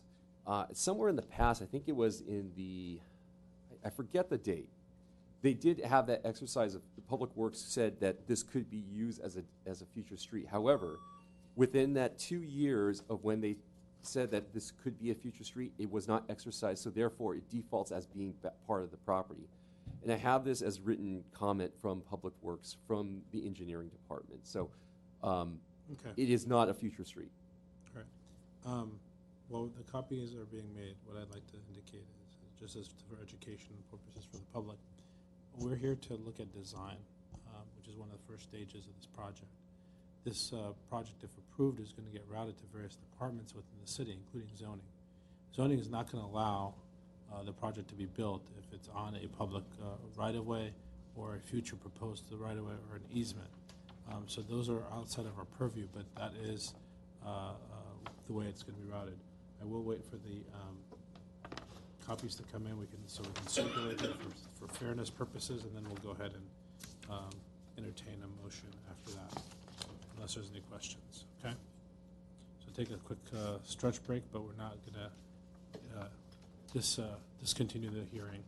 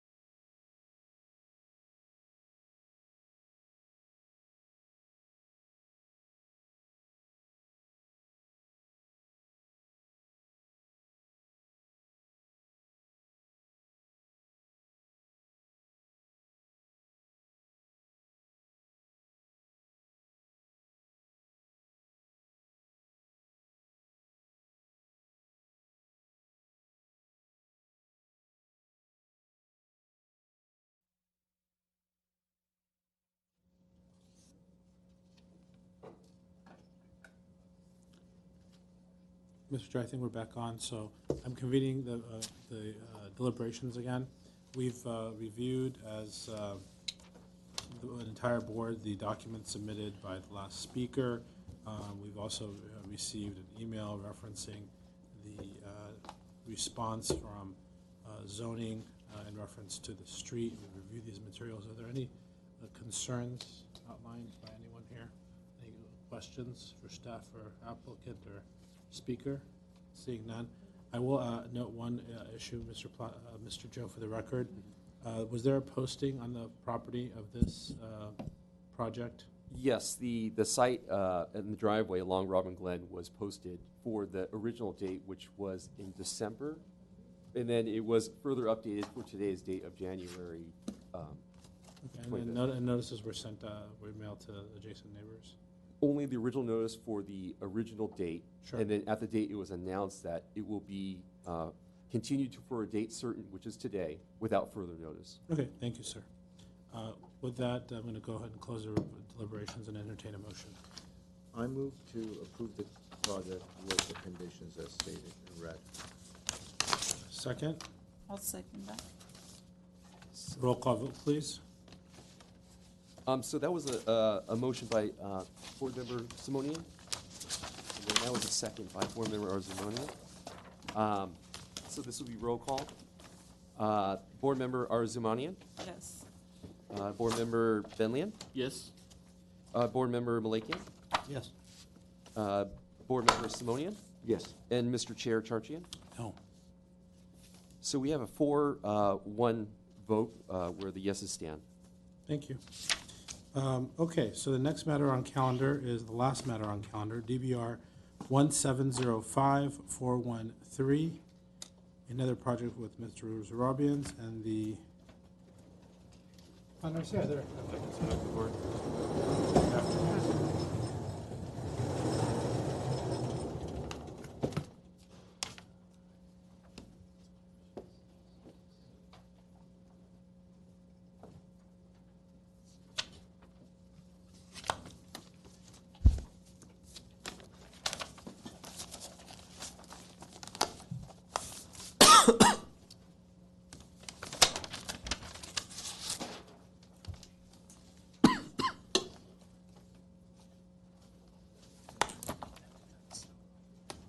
That's a cool creek.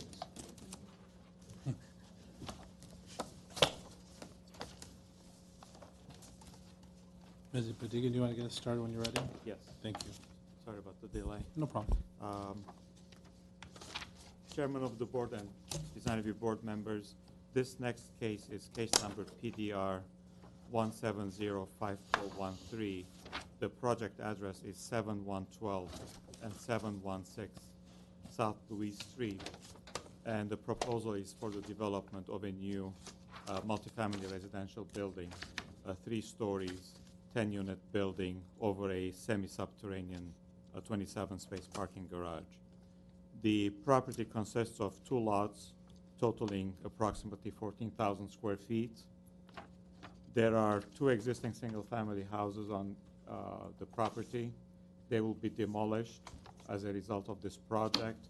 Staff has assessed if the houses merit any historic resource, if they have any historic value, and the assessment is that they are not considered to be historic and their demolition would be approved or should be approved. Going over the project, like I said initially, it's a 3-story building, 10 units, all 3-bedroom units. On the first residential floor and the second residential floor, there are 4 units on each floor, and the third floor would consist of 2 units only. Staff has reviewed the project, and we made comments which are reflected in the conditions.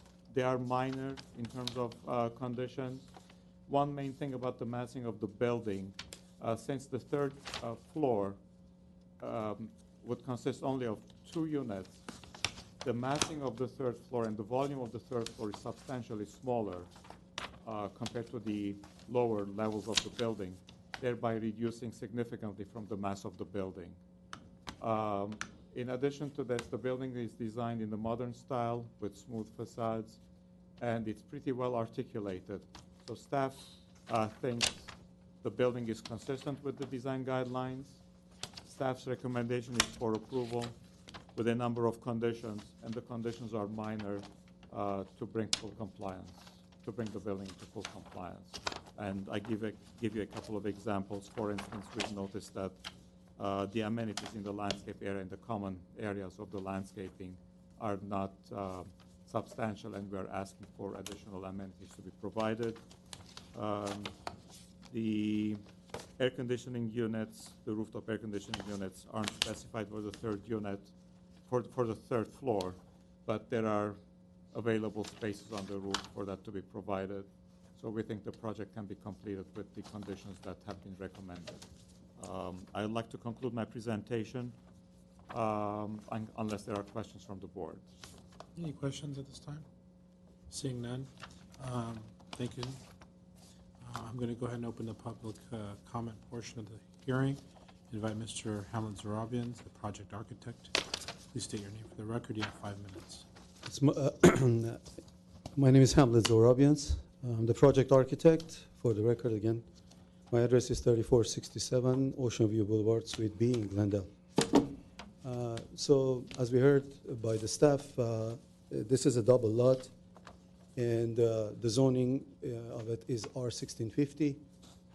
Since it's a double lot, it's more than 90 feet wide frontage. We're able to go with 1320 instead of 1650 for each unit density. So because of that, we besides the frontage that we have, the front setback that we have, in addition to that, we're providing 1,150 square feet of additional open area, which is contiguous with the frontage, front setback. With it's landscaped and with amenities. So therefore, the building itself, it really sets back not only 20 feet, but is actually effectively there's another 15 feet that the building sets back from the frontage. And the way the units are oriented, there is an interior access which is open to above, which is a courtyard, and each floor is going to be 4 units, and then as we heard, the rooftop will have 2. We did not provide any rooftop, rooftop deck use. We did not include it.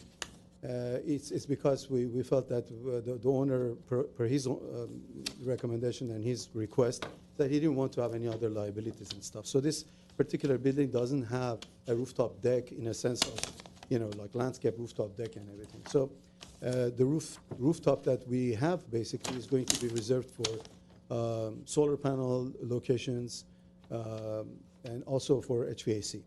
Now, the building itself, it sits on the semi-subterranean parking garage, and each unit will have its own private open space in the form of a patio or terrace. Especially the 2 on top will have their own larger patios. And on the version that we have provided here, some of these details are not shown, but since then, because of the comments that we received, we have already included that in a new set that is basically the same set, but we've added some of the amenities and some of the detail work that we were asked to.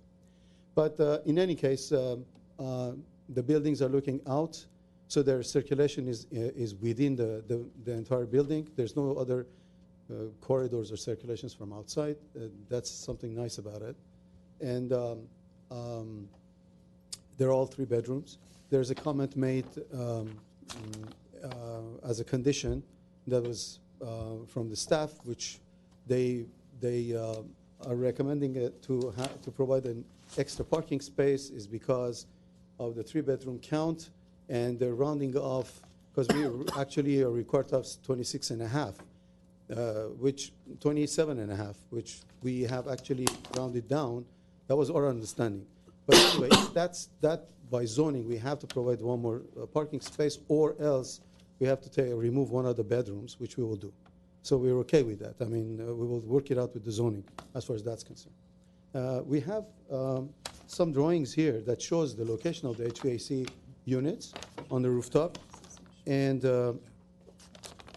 other than that, we have a landscape plan, which I'm not sure if you have it there or not, but I think the landscape plan that you have there was a schematic one in the beginning, but since then we have provided the full landscape plan by landscape architect. And if it need be, I can distribute this. I have see enough that? copies Yes, here. Yes. Just get Can I- one copy of you. Give it just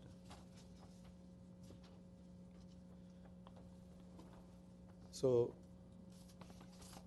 we have that landscape to you, and I'm trying to see, I don't want to miss anything. Mr. Chair, can I ask? So Sure. Yes, go ahead. Yeah.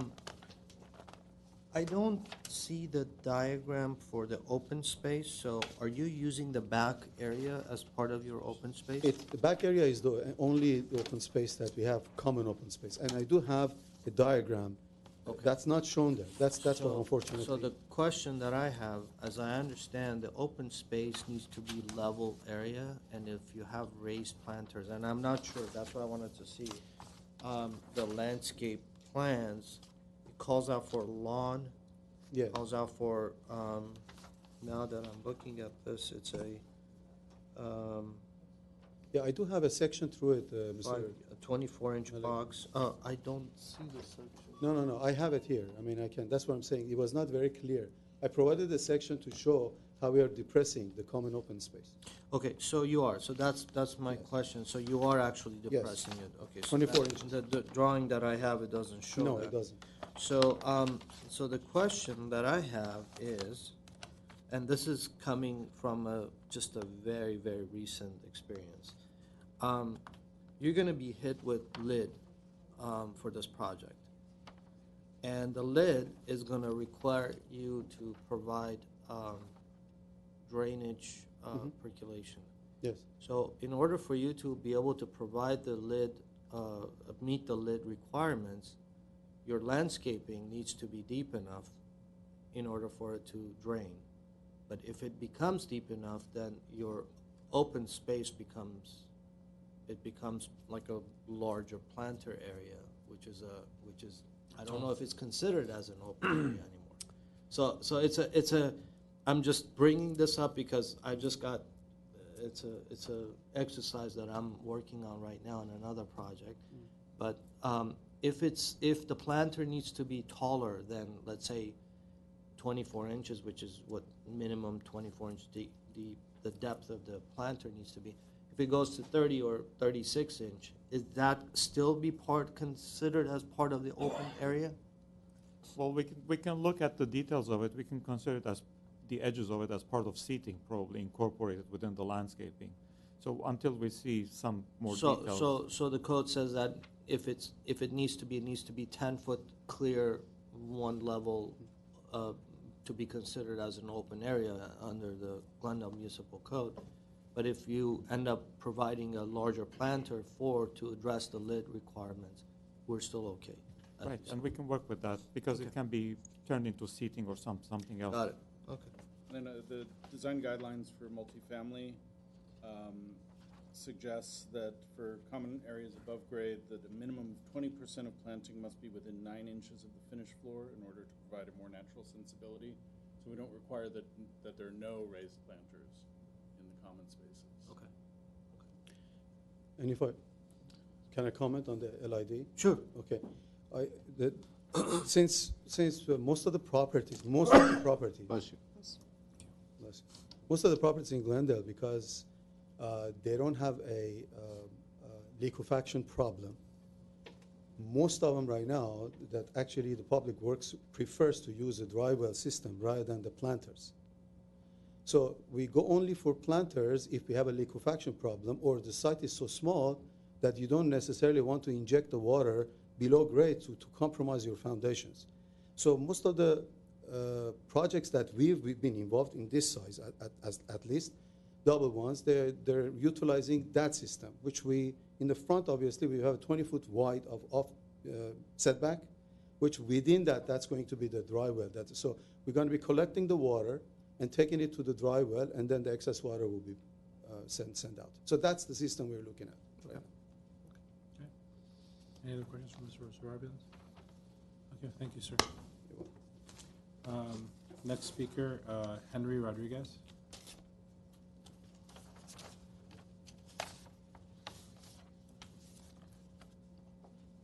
My name is Henry Rodriguez, and thank you for giving us the opportunity to speak before you regarding the concerns we have as residences of Louis Street.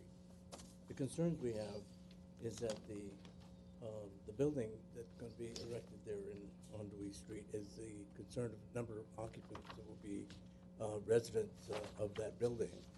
We estimate between 20 to 50 people. I may be off a little bit, but I think that's an estimate. Most of the people who live in those apartments around our neighborhood, almost every one of them have a car, and that would include probably between 20 to 30 cars that would be a part of that residence. The street on Louis Street is overcrowded right now with the residents that live on the street, plus we get overflows of cars coming from other apartment buildings on Garfield that are coming onto Windsor Road and Louis Street that are taking the places of the residents that live there.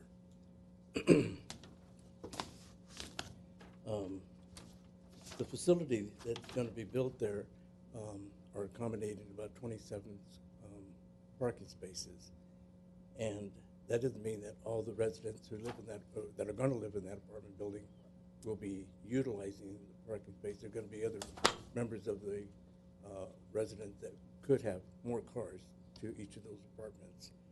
And that means that we could have an overflow of cars parking on Louis Street, and then on days of the rubbish that's picked up on Wednesdays, the people that live on the street have to have spaces for the trash that's being collected. So sometimes the cars are blocking the driveway to where the cars are going to be, the trash is going to be parked and or picked up. That's one issue. The other is that the facility being built there, we have a problem with the parking on Thursdays and Fridays when the street cleaning come by at between 8 and 10 o'clock. They're all fighting for parking space the night before to make sure they have parking space, because if they don't, they're going to get a ticket on the street where they're violating the street cleaning. That also causes over usage of the street. Those are primarily the concerns we have. Okay. Sir, they forgot to put the timer on, so Yeah. you didn't get Well, that's buzzed too out. bad. But, yeah. But I appreciate your comments, and we Okay. understand that they're about parking. Would you like to finish with a final Yeah. sentence? Pardon? Would you like to finish with a final sentence? Let's see. Oh, on Louis Street, we have, it's a very narrow street when you have cars parked on both sides. On many occasions during the week, we have fire trucks that go through, ambulances go through, they stop. That blocks the whole street from Maple to. Thank you very much, sir. Yeah. We get the gist of Okay. the concerns. Next speaker is, there's two names on here. I'm going to call Haik Petrosian. Hello, my name is Haik Petrosian, and my mom is Barbara Petrosian. We've lived in this block for over 50 years, since the mid-'60s. So we have seen all the changes, and to be honest, there have been very few, other than one apartment building. We live right across from the Yellow House, across from 716 South Louis. And we already have an apartment building that's been there for decades next to our house. There's a little house next to us on this side, and then there's an apartment there. We live in that greenhouse right there. And you can see there's an apartment right next to us. And just a few years ago, you allowed an apartment on, I think, the 700 South Maryland Street that's right behind our house. So we're basically surrounded by apartments. And now granted, it's not like right next to our house, it's across the street, but it is across the street. If you look at the picture is a modern thing. None of these houses are, other than the apartment, I guess, is the closest thing. Everything, you're ruining the character of the neighborhood. Why is it, I'm sorry I'm getting angry, but why is it that our city, especially in the southern part of the city, does not care about the character of our neighborhoods? I ask you, please leave our street alone. There should only be a single-family house, at most a two-story. And frankly, it shouldn't be. The gentleman before me, I don't want to bore you. Everything he said, I was going to say all that stuff. So it's absolutely 100% correct. If you don't believe us, we're less than a mile from here. You're welcome to drive by, and you'll see there's no parking, and it's jammed. And he's right, the car dealers, we have permit parking. I don't think he mentioned that. And even with permit parking, it is jammed with parking and jammed with traffic. When I was a kid, I could play in that street because there would be no cars. You see that empty space? There's rarely empty space. You come at night, in the evening, you come during the weekends, there's no place to park. And that is a very important thing because you're talking about 10 families moving in, and you know they're going to have guests. Even if there's parking for everybody, there's not going to be parking for the guests. So I beg you, please, please, please decline this thing. Thank you very much. Does Barbara want to come up to speak? Does Barbara Petrosio want to come up and speak? No, she's elderly. It's fine. Thank you. Tanya Simpson. Thank you. My name is Tanya Simpson, 50-year resident of Glendale and 40 years owner of the house located at 724 South Louise. That's almost next door to the proposed construction. 40 years in my house, I've never been able to find parking on the street. Thank God I have a driveway.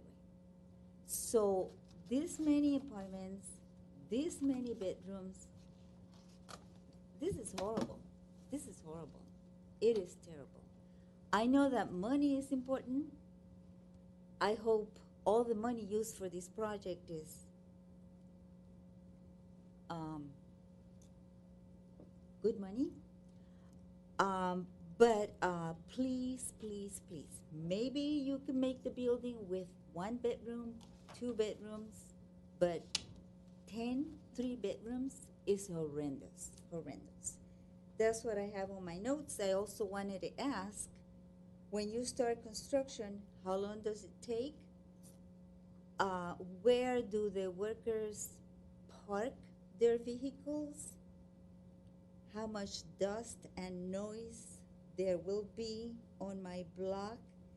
And like my neighbors here, please, please, please, do not do this horrendous thing. Thank you. Thank you. Is there any other individual in the audience who would like to speak on this matter? Seeing none, I'll invite Mr. Robbins for a 2-minute rebuttal. Well, I appreciate, concerns of the neighborhood, obviously. There's some areas that they have parking problems is because some of the structures that are there, they just did not provide enough parking spaces for the occupants. And so naturally they have to park outside. Now these days, with the zoning regulations, as we are aware, is that the buildings, they tend to be self-contained. So the parking ratio here, we're getting 2.5 parking spaces, so even the guest parking is accommodated within the building.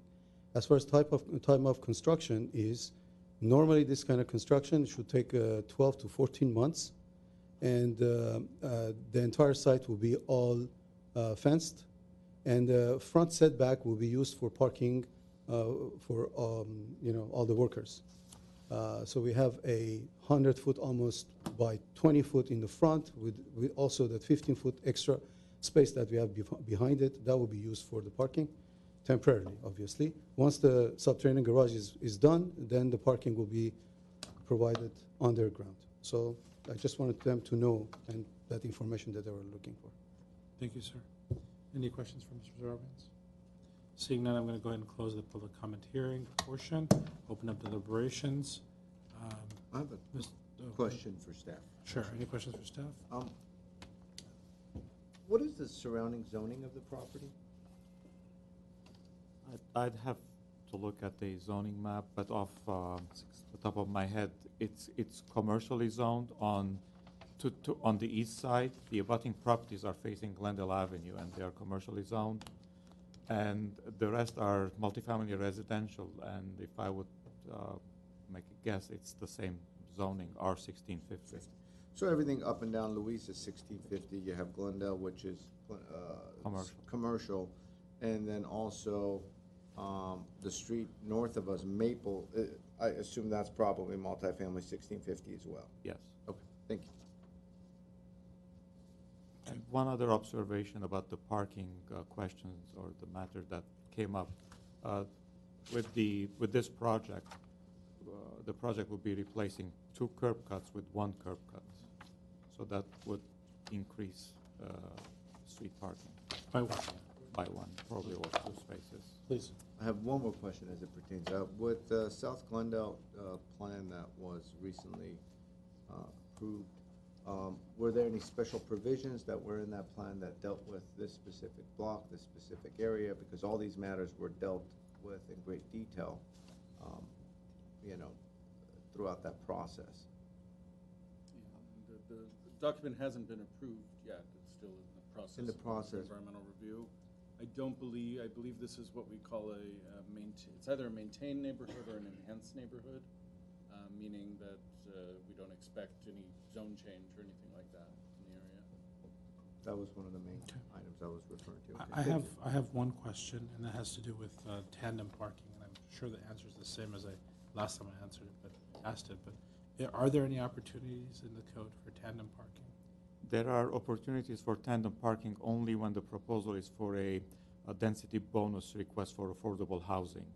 This is market rate, and therefore tandem parking is not, wouldn't be permitted. Would that, and I may be wrong, but it would be permitted if the parking requirement were met and additional parking were provided through tandem. Yes. So additional parking can be. Yeah, it's very rare to have enough space in the footprint in the garage on these lots to do that, but if it were possible, we'd support it.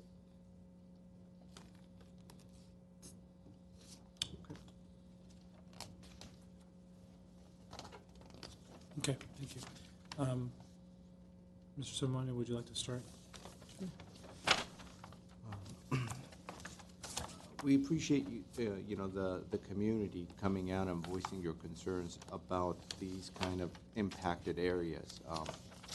We are aware of the areas, but it's always very helpful for the community to come out and shed some specific details on a given block of how it has been for the last 40 years and how it is today, etc.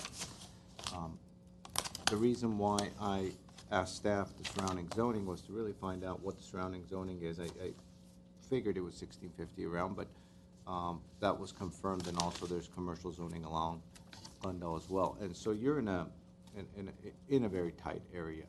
There's a lot of activity in a very small area. There's a lot of density in a very small area. And a lot of the existing structures that exist in that area don't really meet today's parking requirements. And so it's one of those situations as you put the cart in front of the horse. And in other words, if you keep the neighborhood the way it is, you're always going to have impacted parking, etc. However, if you start to change the neighborhood, bring in new development, the fear is always going to be, well, you're just creating more traffic, but at the same time, you're replacing development that doesn't have enough parking to really satisfy the needs of that given property with new developments that actually have enough parking. And so the general consensus has been, and what has been dictated to us as a board, in that if a property fits within a certain zone and an applicant brings forward a project that meets that code and that zoning code, then in such a case, this board does not have the authority to say you cannot build. You cannot build on this property for X, Y, and Z reasons. That is determined by a higher up city council decision as far as what that zoning of the area should be. And the South Glendale plan is being considered at the moment by City Council, et cetera, and it's going through the EIR process. And so at the moment, what we have to work with is a given set of zoning code, which this project meets. And so I just wanted to go into detail because you all took a lot of time to come out here to voice your frustrations and your concerns, et cetera, and I wanted to at least give you a little bit of feedback as to what this board can and cannot do. And so in reference to this specific project, it's utilizing the density bonus by providing an abundance of front open space, additional common open space. It's meeting the density provisions of the 1650 code by providing additional common open space, and so they're able to utilize a less than 1650 calculation is what I was trying to say, but not SB 1818, to be exactly technical, I guess. The overall design and the overall layout of the project, I think, is well done. The wedding cake scenario seems to reduce the mass and bulk. The overall, I say, orientation of the front setback is well thought out. You've actually worked in the ramps, you've worked in the stairways, you've worked in the entrances, etc. There were some comments about the rear common open space, which I think you've indicated that you're willing to work with staff on to provide some level of amenities to make it more of a meaningful area. Insofar as the parking, you've indicated that you're willing to reduce a bedroom count in order to meet code by rounding up. So as far as the mass and scale and orientation of the site, I have no issues, and I think it's well thought out. As far as the design is concerned and the materials are concerned, I support the use of the materials and the details associated with it.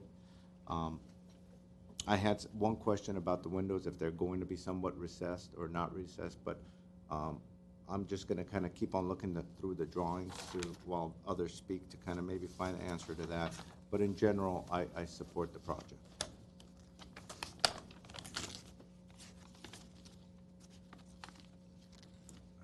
Mr. Bladner, would you like to? Sure. I just wanted to comment on one of the comments that the lady had mentioned earlier about make it 1 bedrooms or make it 2 bedrooms or why 3 bedrooms. So how the building code works is if you have 3 bedrooms, you have to provide more parking. If they have 1 bedroom, then they'll provide only 1 parking space instead of the 2.5 they're providing. So you're providing more bedrooms, he's providing parking for the bedrooms. And the other gentleman mentioned something, this building might have 20 to 30 cars, and they're providing about 27 parking spaces. So I don't want to go in detail, but I agree with Mr. Simonian. Buildings like this help with parking issues because, number one, they do have guest parking. Number two, they have parkings based on the number of bedrooms and the number of occupants.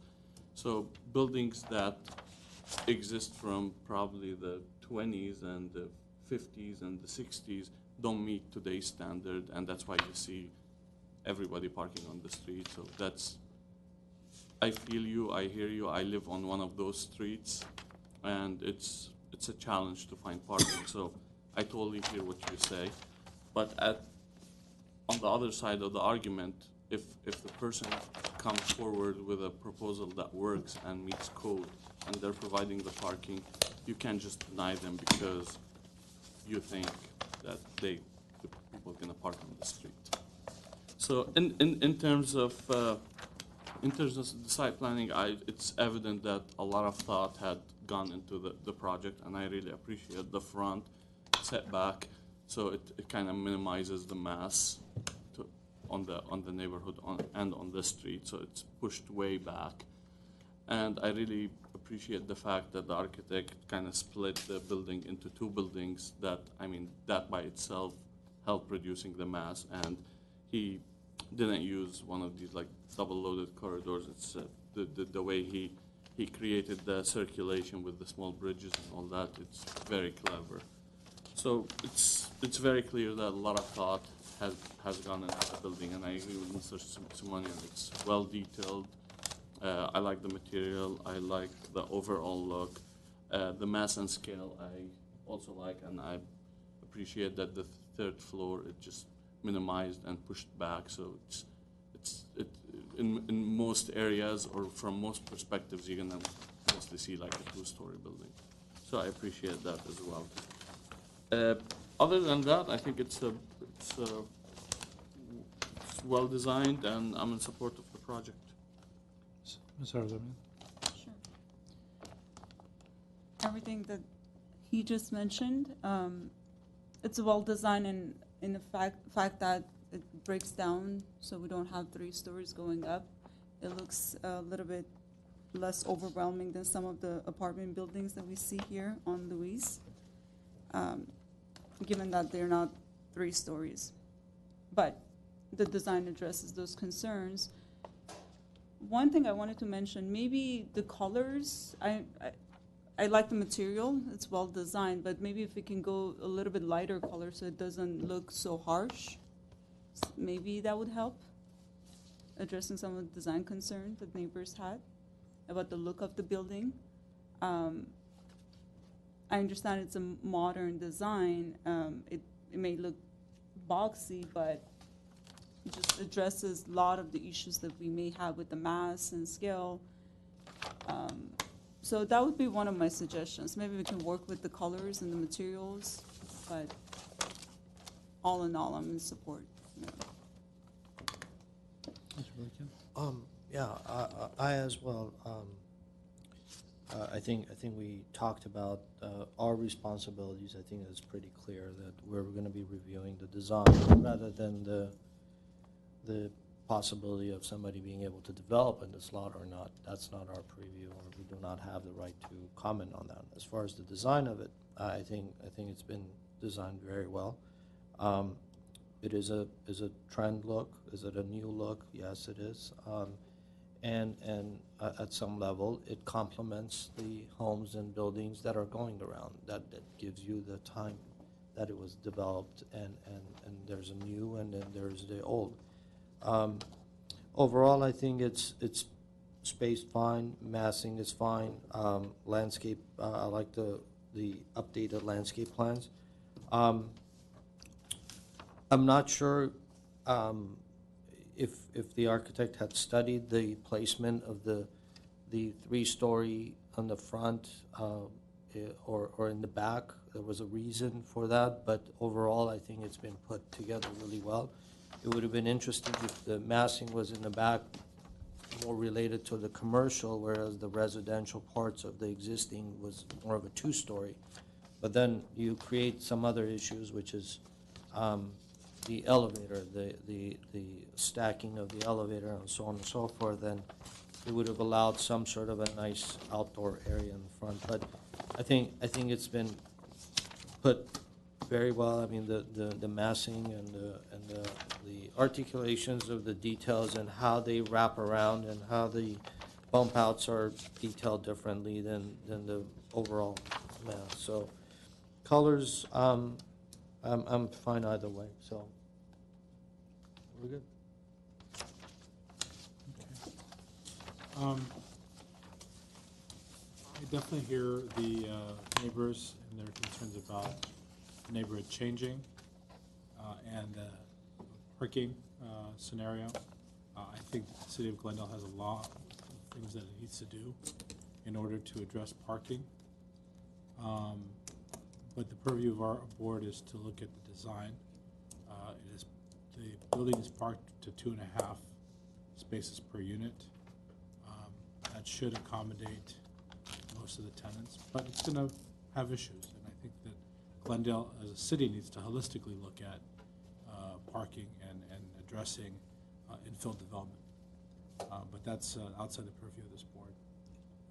I did have a couple of issues with the design that I want to point out really quickly. I do want to join my colleagues in their comments about the overall design and the way that the building is broken up and being appropriate, even though it is outside the context of the traditional homes we see on Louise. There's some landscaping on the rooftop, but we've also been told that there is no rooftop access. So I would ask that the landscape plan be revised as to how to maintain that landscaping that's on the roof. There is no sprinklers, there's nothing called out as to how those trees or shrubs are going to be maintained, at least not that I could find. So I think that needs to be specified in the plans. Ms. Harzamian had an interesting point as to the material sheet. I'm gonna borrow the material sheet. The material sheet has almost of a black colored metal cladding, and the contrast color just seems a little dark, so we might want to entertain lining that up a little bit. Other than that, I am in support of the project because the rendering looks a little lighter, but the materials board is much, much darker. Mr. Chair, I'd like to maybe get clarification from the architect, which is the more accurate one. Okay, Mr. Zarabians, can you climb up, please, to the podium? Yes. Sorry, I hurt my back last week, so it's kind of difficult for me. Yeah, I mean, we didn't mean to obviously use black per se, but it's very dark brown. It's just to mimic and draw in whatever the color of the windows are. So that's just staying together. In other words, if we start changing some of the other colors, it's going to go away. I don't have any problem with that, just to lighten up a little bit. But that's why, for clarification, that's what it is. Perspective, it's easier to see. I think it's because, I believe it's because of the light and everything is, hitting the whole mass and everything in different. So that's more accurate. I think so, because the flat ones are sent out for printing, and sometimes they use a little bit different procedure, and it becomes darker or lighter. Okay. But yes, I mean, we'll pay attention to that. If that's a general consensus, that to make sure that it's not a black color, definitely we'll make that into a. Okay. Is there another? Just while Mr. Zarabians is in front of you, there was a question about the windows, whether they were recessed or not. If you could clarify that, and then we can condition it if necessary. Yeah, I do have a detail here, which pass was that not to the- included in the packet. If you can, please, somehow. But that just clearly shows that what our intention are. It's going to be a recessed. All the windows are going to be recessed. We're not going to be putting anything that it's line up with the plaster. Those are the details. So we're going to be using two different studs to create that. All right, thank you. Okay. Thank you, sir. Okay. So, are there any conditions that need to be read into the record? We can certainly do that, and then we'll add the comments that we've heard. Yeah, let's go ahead and read the 7 conditions quickly into the Sure. record, and the comments that were heard. Sure. The first one is to provide additional seating and amenities in the common outdoor spaces. Condition 2 is the finished materials of the perimeter walls facing the adjacent properties shall be decorative. Condition 3, the location of the mechanical equipment for the 3rd floor units shall be shown on the plans. Condition 4, details of the exterior light fixtures shall be shown on the plans. Condition 5, decorative pavers for the walkways shall be specified on the plans. And condition 6, the required private outdoor space, 40 square feet per unit, is specified on the plans, but their location is not readily identifiable on the floor plans. And then the private outdoor spaces shall be shown on the plans. Condition 7, 1 additional parking space shall be provided, or like we discussed earlier, the 2 bedrooms may be combined so that the parking requirement can be met based on what was provided now. Okay, and any other? The other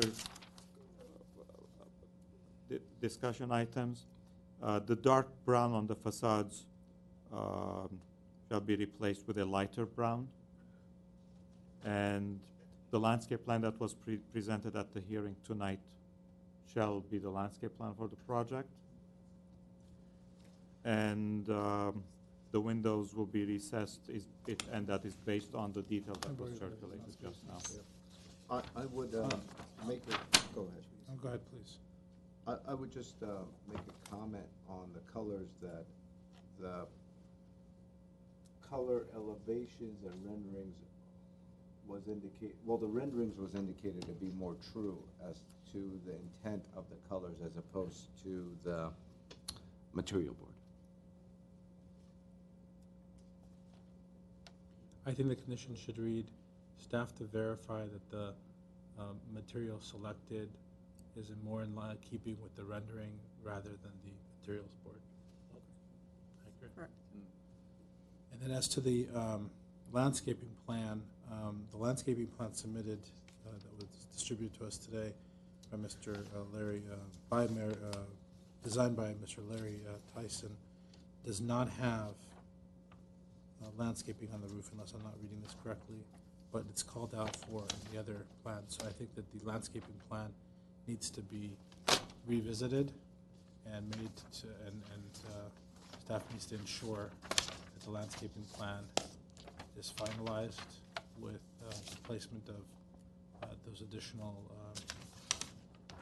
trees that are on the roof, because I believe that that goes into their landscaping square footage. And if it is going to have plants on the roof, that they need to have a watering source delineated on the plans.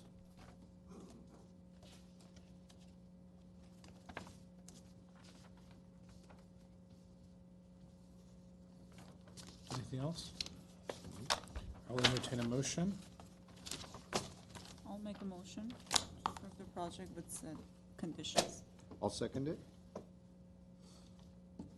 Roll call vote, please. So we have a motion and a second to approve with conditions. Roll call. Ms. Arzumanian? Yes. Mr. Benlian? Yes. Mr. Malekian? Yes. Mr. Simonian? Yes. And Chairman Charchan? Yes. For the record, can you please indicate who was the motion and who was the second? Yes. The motion, the first motion was made by Mr. Arzumanian and then seconded by Board Member Simonian. Thank you. All right, thank you. We still have minutes to approve. There are minutes from the December 14th meeting. Having reviewed the minutes, can I get a motion for approval or? I make a motion to Rhoda? approve the minutes. Second. Okay. All in favor? Yes. Yes. Minutes approved for the meeting. Mr. Simonian was not present. He's not speaking on that. So I'll go ahead and sign this. And can I get a motion to adjourn? Motion to adjourn. At 7:34, which is the same time that we adjourned on the 15th.